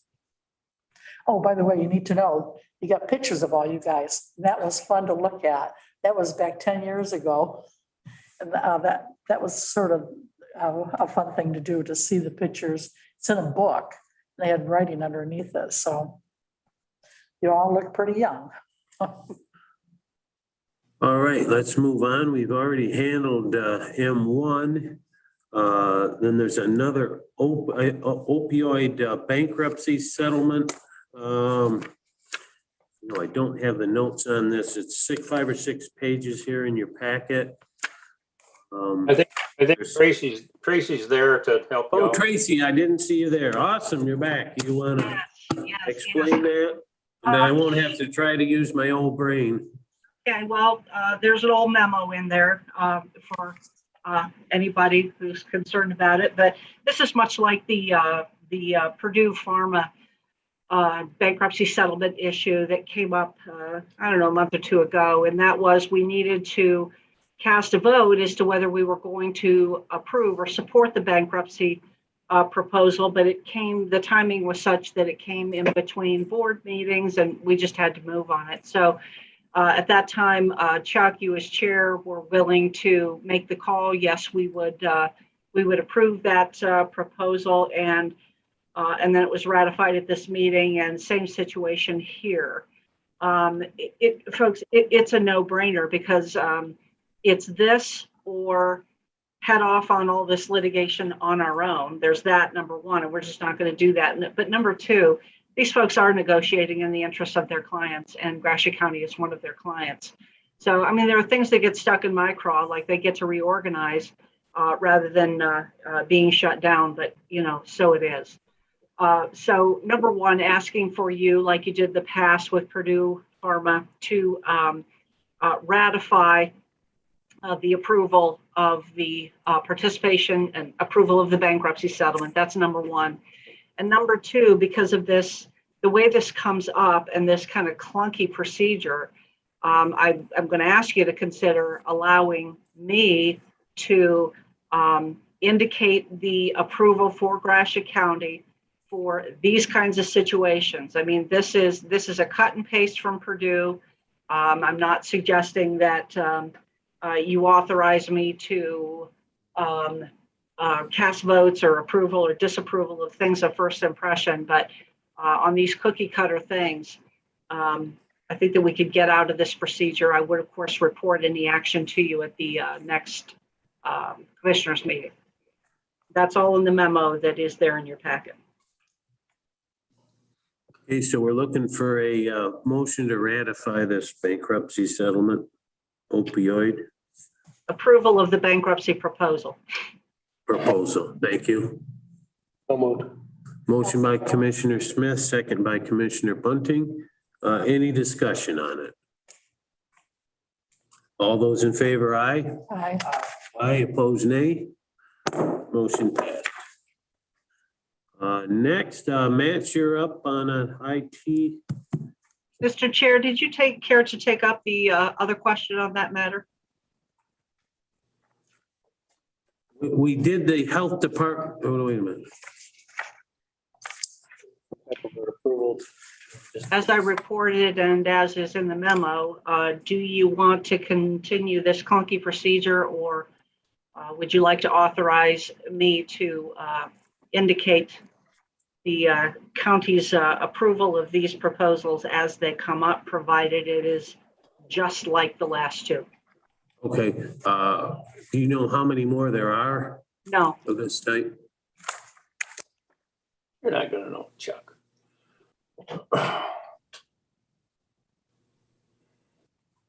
Oh, is there a motion somebody wants to make on that?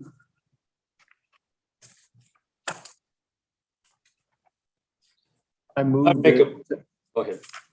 Go ahead, John. Tracy has the authority to conclude these bankruptcy Case settlement. case settlements. Motion by Commissioner Lemmerman. Do I have a second? I'll second it. Second by Commissioner Bunting. Any discussion? All those in favor, aye. Aye. Aye. Aye. Opposed, nay. Motion passed. Thank you. Now we're to you, Matt. Good evening. So tonight I wanted to discuss the renewal of our IT managed service provider contract. We did put a request for proposals up and posted that for about a month from the beginning of August to the end of August. And we received 6 bids, and in the memo that I included in the board packet, it does list the range of the proposal costs, as well as the rationale for why I would recommend or not recommend each company. The proposals ranged between about $220,000 per year at the high end, and then Retiree, our current managed service provider, came in with the low bid with numbers that are included in that table, but basically it equals about $97,000 or $98,000 for the first year, a 5% increase the next year, and then a 5% increase the year after that. Basically, all of the different managed service providers included the same types of services in their proposals. None of them, I thought, really went above and beyond what the business we're currently doing with IT, right? And all of the other proposals came in at higher numbers. So I would recommend that we award this to IT Right again. We've been happy with the level of service that they provided, with the way that the department's structured now, with me, overseeing the projects and then them doing executing the projects and working the help desk. I feel like that's the best course of action for us to continue. One of the things that IT Right did work with us on is upping their commitment to a 24-hour support level of service, which really benefits our sheriff's department and central dispatch and jail. Those are departments that work 24/7.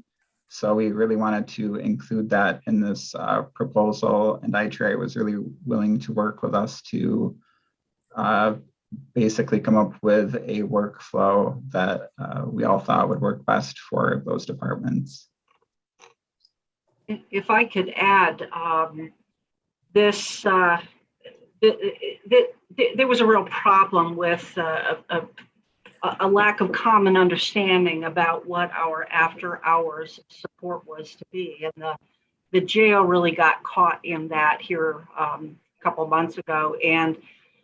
But IT Right showed a great deal of willingness to sit down, talk about the issues, see what we could be worked out. So, I thought it was a pretty responsive approach that they took. And we certainly know that not every vendor is that responsive. But I also, what we have in this current proposal is some predictability.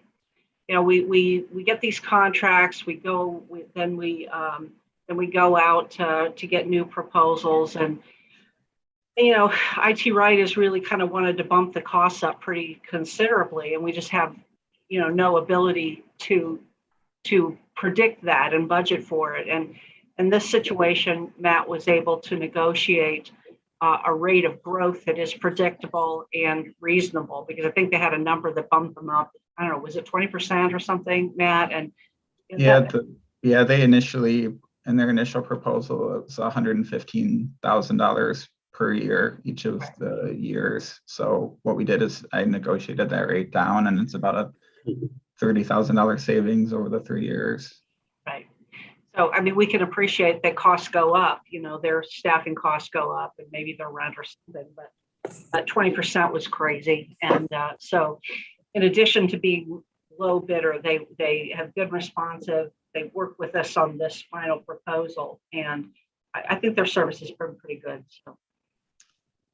They're not just a vendor really to us. They're definitely a partner. A vendor kind of sells you a widget and then wants to charge you to support that widget or sells you a solution. IT Right doesn't do that with us. We kind of have a unique relationship with them where they're working on improving our systems, and then those improvements benefit them to keep their costs down because our systems aren't failing as often. So it's really a partnership. We benefit from them, and they obviously benefit from us financially. So I move we approve the 3-year contract with IT Right. I'll second that. Motion by Commissioner Smith, second by Commissioner Bunting. Any questions or discussion? Guy fixed my thing in the hallway today. You gotta call. We didn't have a roll call, don't you, for money? Do we need a roll call on this one? Angie, do we? I think so. All right. Without objection, then we'll move just to a voice vote. Go ahead. All those in favor, aye?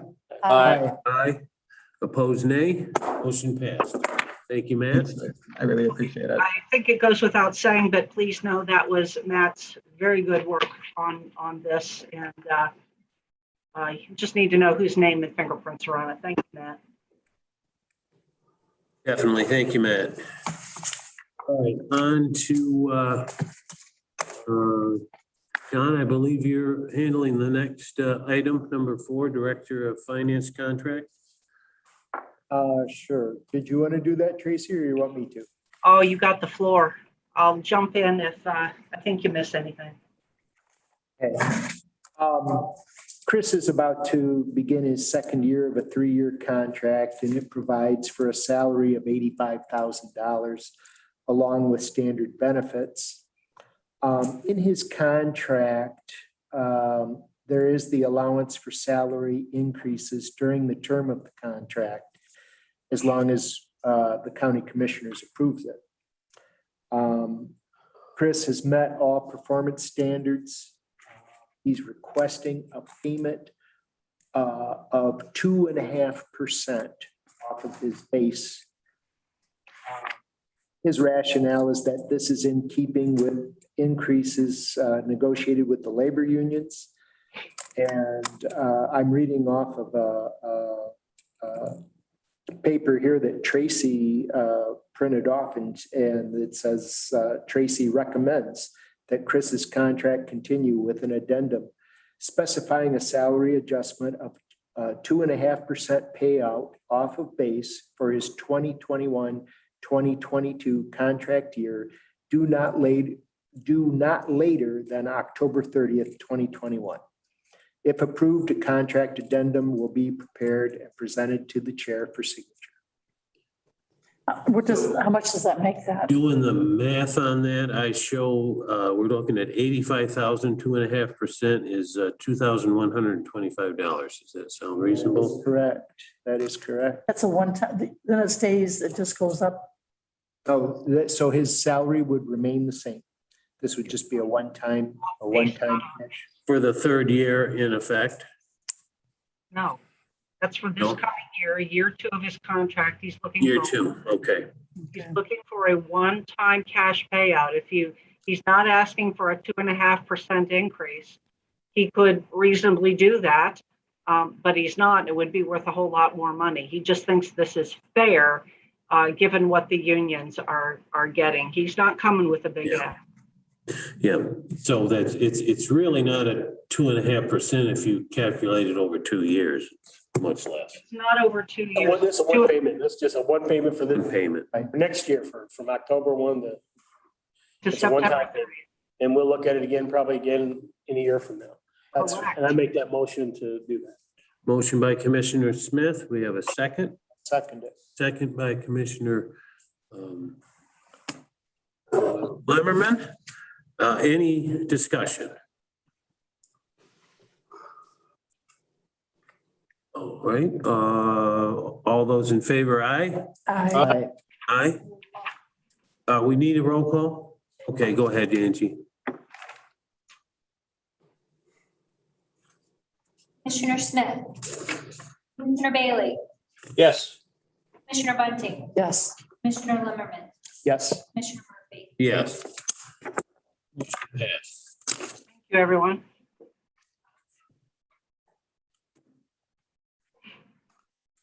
Okay, to unfinished business.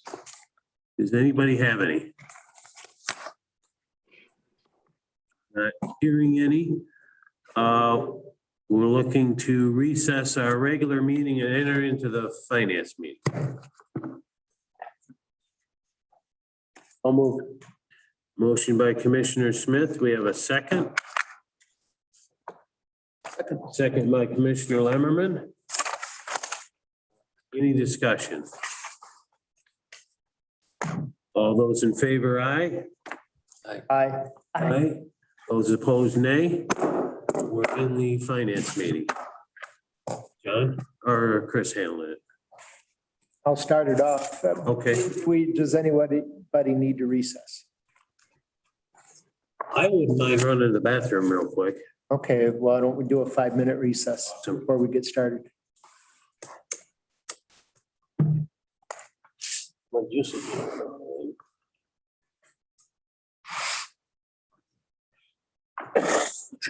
While we're on recess, I'm going to go ahead and mute your guys' mic and then just stop your video as well. Guys been busy, Mike?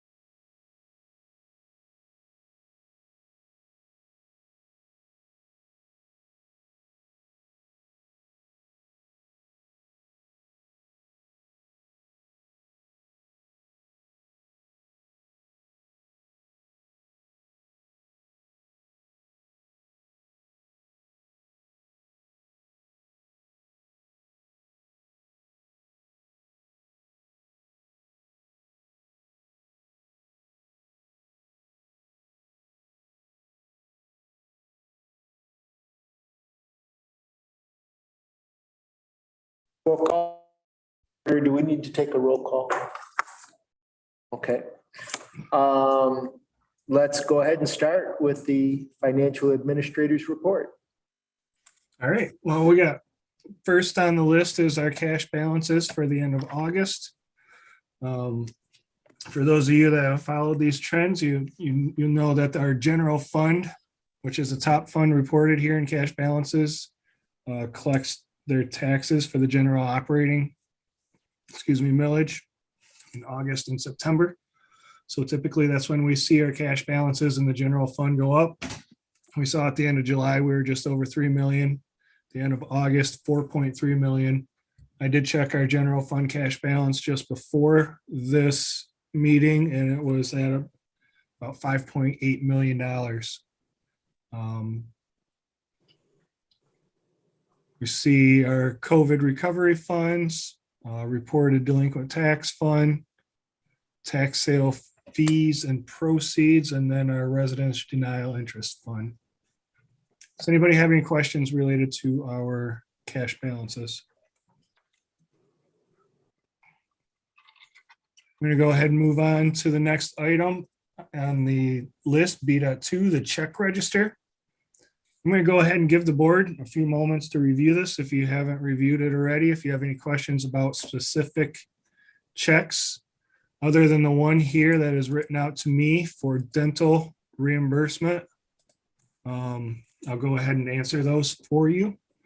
I mean, it always looks weird when you have one written out to yourself, but we do have a separation of duties that approves that.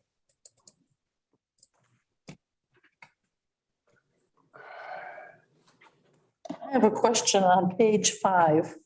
Okay. Motorola? It's for $252,197.49. I marked that. I'm assuming that's the radios. That is Oh, correct. that's right. That's right. Yep. Okay. And that's why we saw our ARP funds drop from 3.2 million to just under 3 million. That was that purchase of those radios. Okay. And then I have another question on page 6. Swansea Tree Service, $47,730. That's going to be work done by the drain commissioner. Oh, that's very okay.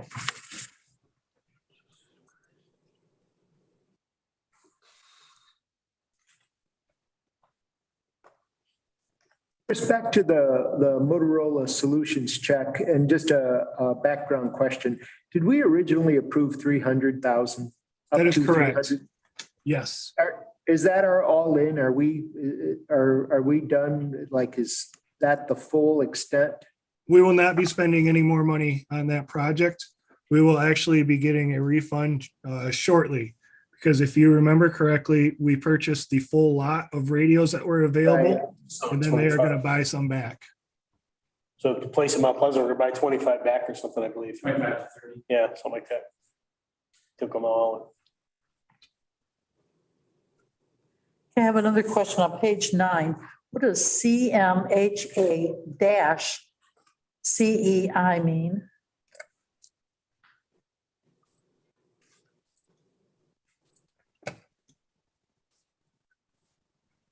You have to give me 1 second to look that one up.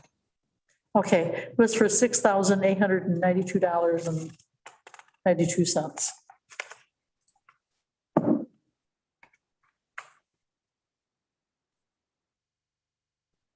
I'm going to assume though, it stands for community mental health. So let me see exactly what it was for.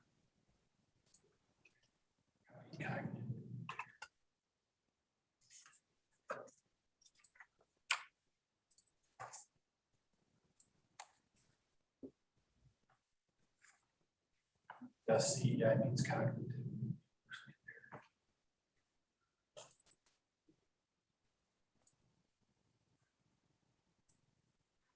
Well, the next check after it is cognitive consultants. Yeah, so I think it's something.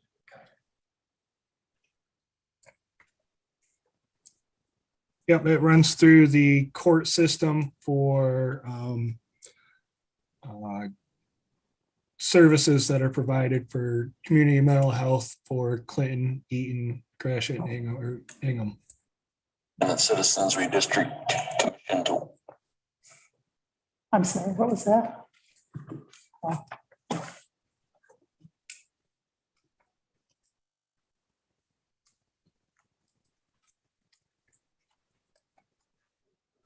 Is there any other questions on the checks?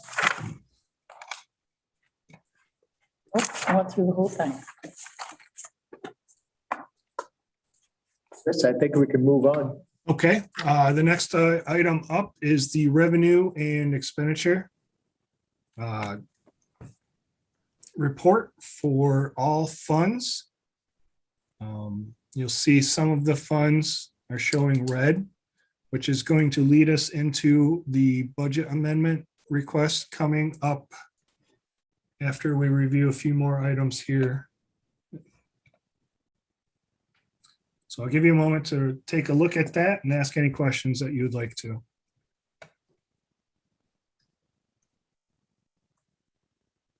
I have a question on the Parks and Rec. I Yes. see that they're in the red, $31,580.34. Does that mean like they've gone past their millage? That's on the revenue side, and that means they collected more revenue than we budgeted for. Oh, I see, okay.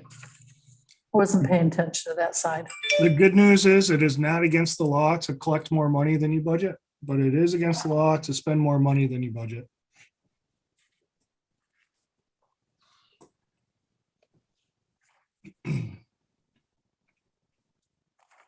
You'll see that in most of the millages. You see that in Fund 236.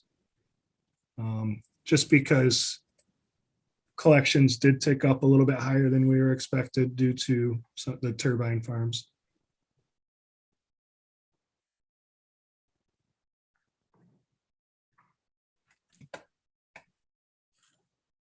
Chris, back to the budget that we approved earlier. I saw on some of your column headings, you had 20 this year, 2020, 2021 as amended. So the budget that was done, you were just thinking ahead that with these amendments already approved. No, that does not include these amendments that are coming up later tonight. No, it does not. It's not, okay. There were a few amendments that were made when we did the 6-month revenue and expenditure review. Okay.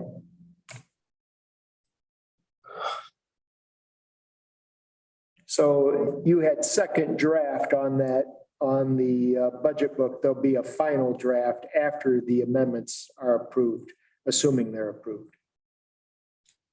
The amendments will not affect the budget book, Okay, but yes, there will be a final budget book. If you'll recall, one of the schedules had previous year's budgets, a requested budget, and then another column for an approved budget. The approved budget column was empty. So now that you've approved it, I'll populate the approved and pull the draft watermark off of it. very good. Thank you.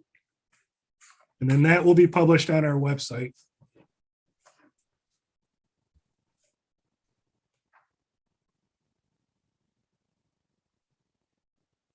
Any other questions on the revenue and expenditures? I do, I have one more. Okay. The Wind Farm Planning Fund, Yep, 702.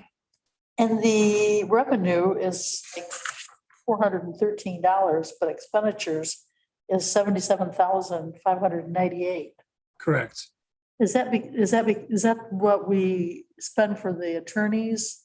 Well, our expenditures is actually $2,400, and there's 77,000 left in the budget. And what It's this the is, balance. yeah. Balance. So what this is one of the turbine development companies. I don't remember if it was Invenergy or gave us money in order to do the planning for one of their wind farms. So they gave us $150,000 and we are paying all of their expenses for legal and for engineering out of that $150,000 they gave us. Okay.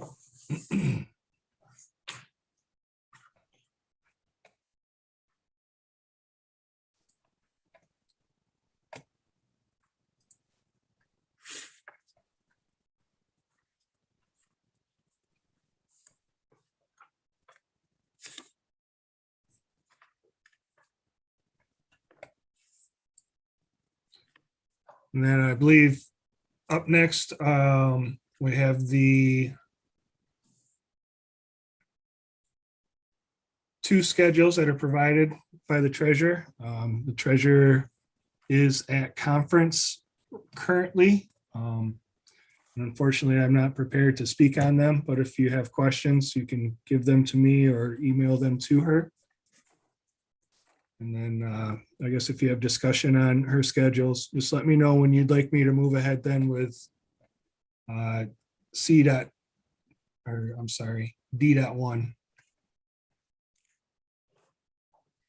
That's a treasurer's conference, I'm assuming. Yes, she is at a treasurer's conference along with her deputy or chief deputy.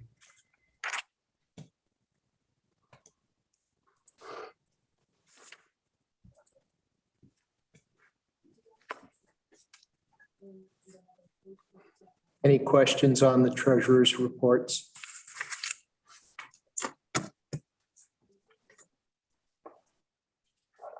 Let's go ahead with D1. Okay, so at the end of every fiscal year, we are required to make any necessary budget amendments to our current year budget and have those approved so that we are in compliance with the law. So I have three different documents that I've prepared for this. The first one is a spreadsheet that shows you how I looked at each individual budget, and it's basically just a summary of each fund. So this first one is actually the general fund by department. I look at the detail, I identify where we're going to go over budget. This column, third column from the right, is what we need to increase expenditures by. And then one of two things has to happen if you're going to increase expenditures to not affect our cash balance. You need to decrease expenditures somewhere else, or you need to increase revenues somewhere else to offset the increase in expenditures. So that's how I set this up in this spreadsheet. So this gives you the wide view of different funds where money needs to be moved around. Now I'm going to go through the verbal portion of it. I wrote up what each individual department or fund needs to happen for these amendments. And then I gave the explanation of why that needs to happen. So for purposes of presenting to you, I'm going to go through this memo that I prepared. The memo is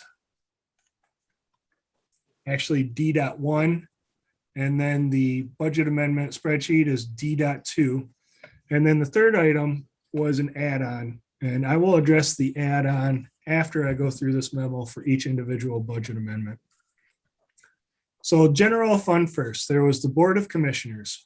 What I need to do in the Board of Commissioners is increase the authorization for expenditures by $35,000, but I also need to increase the revenue by $50,000. This is related to the turbine lawsuit expenditures and reimbursements. Previously, they were recorded in an expenditure line item. And then when a local municipality or a township would reimburse Gratiot County for their portion of the legal expenses, that reimbursement would be recorded as a negative expenditure. Now, we can't do that. We can't record a revenue as a negative expenditure. So I separated those two out. And when I separate the revenue and the expenditure out, it increases expenditures, but it also increases revenues. Department 131 Circuit Court, we need to increase expenditure 75,000. This is to account for a visiting judge and some federal COVID expenditures that were charged to this account. Those federal COVID expenditures were reimbursed by federal grants. Chris, I think you misspoke. You said 7,500, it's 7,000, or is it 7,500? No, it is 7,000. I apologize for Okay. that. Thank you. Department 191 elections, increase expenditures 19,000, but at the same time, we need to increase revenues by 40,000. Special elections and that happened during the year, and then additional reimbursements from these locals for these special elections. Information management plus 5,000. That included laptops that were reimbursed by federal funds. Buildings and grounds expenditures plus 30,000. Increase in contracted services, primarily related to the courthouse chiller that keeps breaking down every other week. Utilities plus 21,000, which is an increase in cost for gas and electricity. It just, the price rose over what it was last year. Now, the county jail department, we can decrease expenditures by $75,000 for this department. That decrease in expenditures will help make up for some increase in other general fund departments that we've talked about. Animal control had overtime, requesting plus 7,000 for this. Substance abuse. This one is a little trickier. Expenditures plus 50,000. MSHN charges or bills us every quarter for the substance abuse / mental health services that it provides for us. They did not charge us for the third quarter of the fiscal year last year, ending March 2020. When the stay-at-home order came out, they simply did not bill any of the counties that they service. So they billed us this fiscal year for that. And I have talked to them and I have verified this. Insurance increased $40,000. It was budgeted improperly. I've brought that to you before and admitted my mistake there when I noticed it at the 6-month review. Our contingency department decreased expenditures by $50,000. We'll just use our contingency on the above increases. So our net effect in the general fund for our budget: increase expenditure budget 214,000, decrease expenditure budget in other departments 125, and increase revenues $90,000. Has a net cash effect on the budget, not in our bank account, of $1,000 for the general fund. What that does is it gets us into compliance with, not being over budget. Does anybody have any questions related to the general fund before I move into our other funds? Well, just a minute. I don't think I did. No, I don't. Okay. So the line you're drawing here corresponds with this first spreadsheet. Do I take that right? That is correct. Yep. So now Okay. we are done with the general fund. So we'll move to the spreadsheet that is titled Other Funds Budget Amendment. That starts with Fund 201, the Road Commission. So I'm going to jump back to my memo and I'm going to go through so that I have my explanations up in front of me. Road Commission, we need a budget amendment to increase expenditures 3 million and revenues 3 million. Now, Road Commission operates independently of us, but we hold an extreme shell of their books on our general ledger. And we do that because we are the authorized agent within the county to receive their state funds from the state of Michigan. So we do that for them. They cannot do that themselves. So I get a rough budget from them at the beginning of the year. And then at the end of the year, I ask them what it really should be and then fix it for them. GIS, need to increase expenditures 75,000, and that increase in expenditures is going to come from their bank account, their fund balance. So every time we're going to pull money from fund balance, I'm going to report below to you how much money they have left in their bank account. So this was the aerial photography project that carried over into this fiscal year that we need to pay for. It was completed. They still have over $100,000 in the account. Building inspection fund, they purchased a new printer for their large plans for $7,000 that was not budgeted. They're going to use fund balance. They still have $337,000 in the account. Blight fund, this was new. It was never budgeted for, so I am establishing a budget for it. Register of Deeds automation, Fund 256. Increase expense 20,000, decrease their bank account by 20,000. They still have 142 in the account.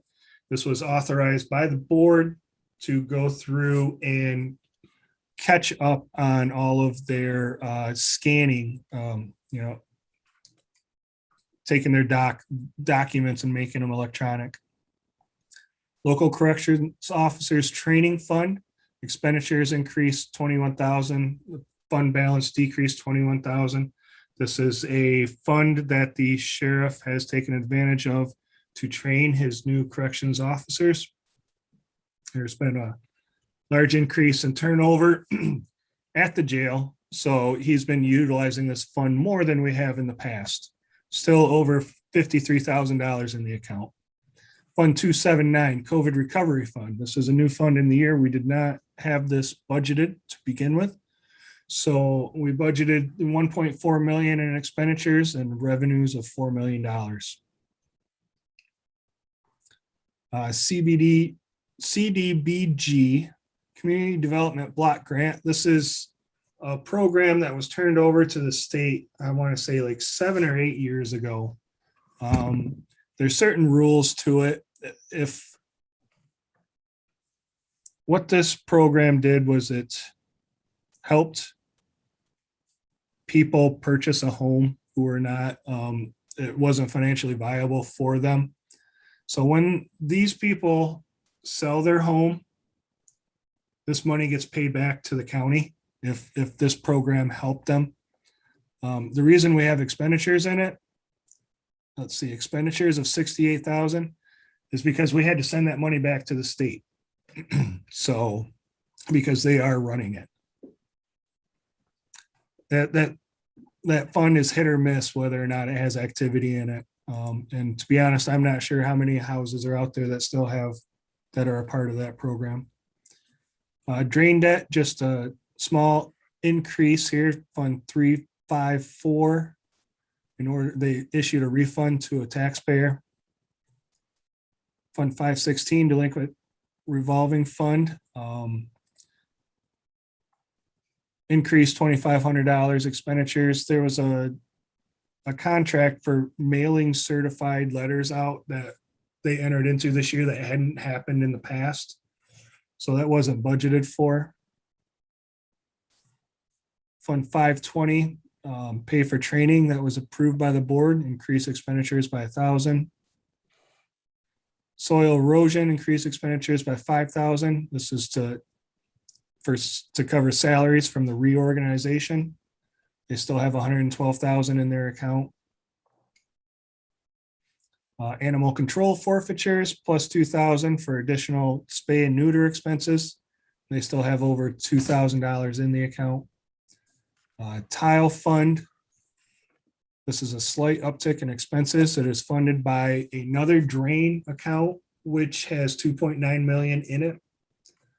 Essentially, and then Fund 959, the Michigan Justice Training. We need to disregard what I wrote here. What I wrote here was not accurate. This is a fund that is operated by the sheriff, and the expenses that are incurred will be reimbursed in March of 2022. So that will be, we do not need to move expenses from that fund. So in talking about non-general fund or the other funds, does anybody have any questions or concerns about these budget amendments?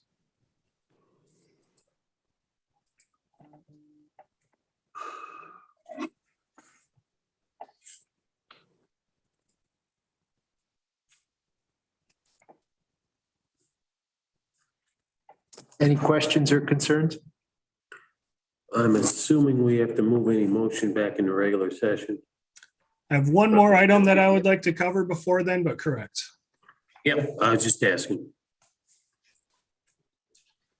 So I had a late add-on. One of the things that needs to be accomplished in Gratiot County's finances this fiscal year yet is we need to implement a GASB number 84. GASB is the Government Accounting Standards Board, and they pass all the standards that, well, governments need to follow.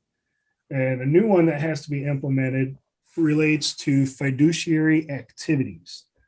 So what that means is money that we hold for other entities is we are the fiduciary for. Currently, we just kind of maintain a balance of what we owe the state of Michigan or what we owe the city of St. Louis or, what we owe. What's another example? I guess it would be the federal government. But this new standard requires that we create 4 new funds. Fund 710, Fund 711, 712, and 714 to track in detail everything that the district court collects and who they owe it to, probate court, trial court, and everything that we hold that is all the money that we hold for the inmates, because each of the inmates are allowed to have an account with the county in order to use the phones, purchase any types of inventory from the jail commissary. To create these accounts, I also need authorization. I need a budget within them. So I spoke with Commissioner Lemmerman about how to approach the board to get this authorization. And what I did is I went through and I looked at how much money would need to be authorized in each of these new funds to cover for the entire fiscal year. So what I'm showing here is district court collected $500,000 of revenue and then mailed those checks to the state of Michigan. Probate went 80,000, trial court, circuit court went 95, and educated guess that there was $20,000 or less that the inmates have held throughout the year. So I'm going to ask that the board approve budget amendment for these new funds in these amounts. Does anybody have any questions about these fiduciary funds? I do. So every month you'll take and give us a report on this? Or don't we need to report that often?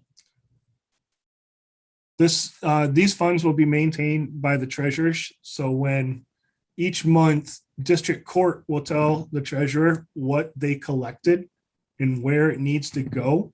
So the treasurer will take this transmittal from district court, deposit it into the correct lines in this new district court custodial fund, and then they will request that Financial Services sends a check to the state of Michigan associated with the line in district court. So these will show up in the revenue and expenditure reports under 7, 10, 11, 12, 14. So yes, the long answer is yes, you will get a report on the activity in these funds. Okay.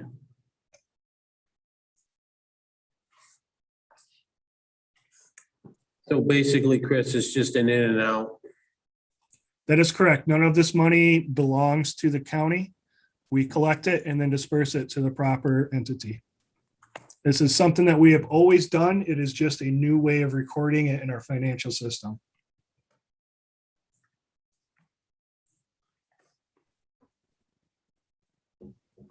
Any other questions for Chris? Yeah, I have one more question. The amounts that you have up there, is that what they have in there right now, or that's just an example? That is the activity for the entire current fiscal year. So in Oh, the okay. 12 months, district court has collected $500,000 for the state of Michigan. Wow. Well, I do believe it's a little less than $500,000, but if we budget $500,000, we will come in under budget, which is what we need to do. Why are they sending it to the state of Michigan? They owe it to them, or how do they owe it? For every fine or fee, there is a law that dictates who gets to keep that fine or fee. And a lot of them need to be split up between different entities. So if there is I don't know the exact laws, but if there is a speeding ticket, the county may get to keep part of it, but some of it may have to go to the state of Michigan.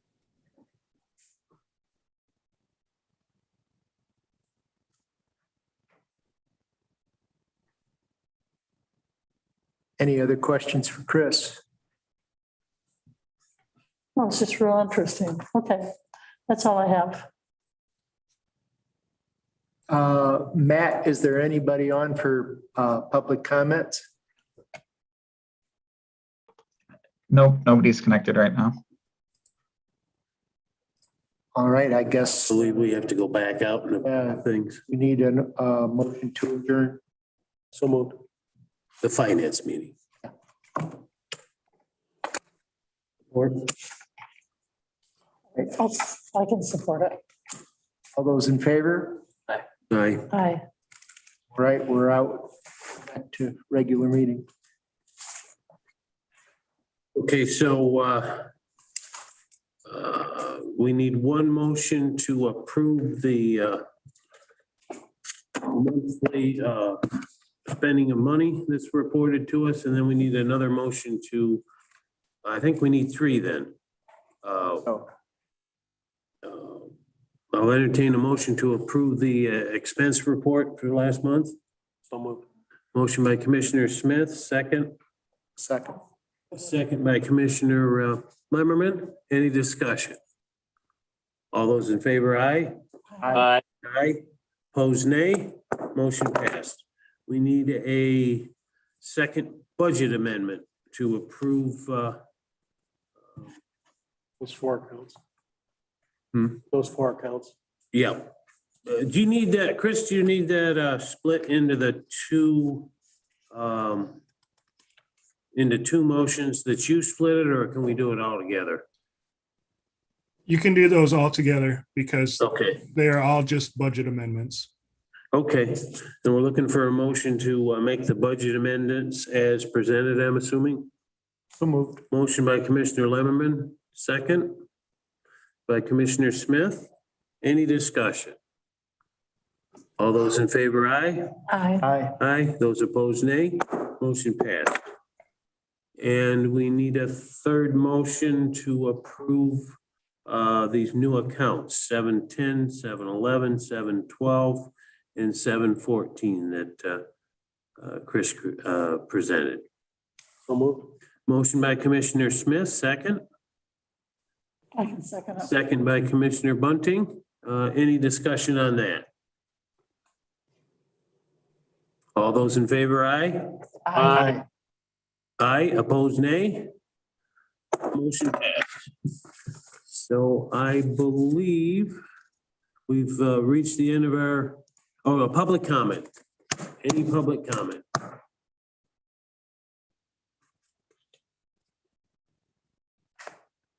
Then without objection, we're adjourned.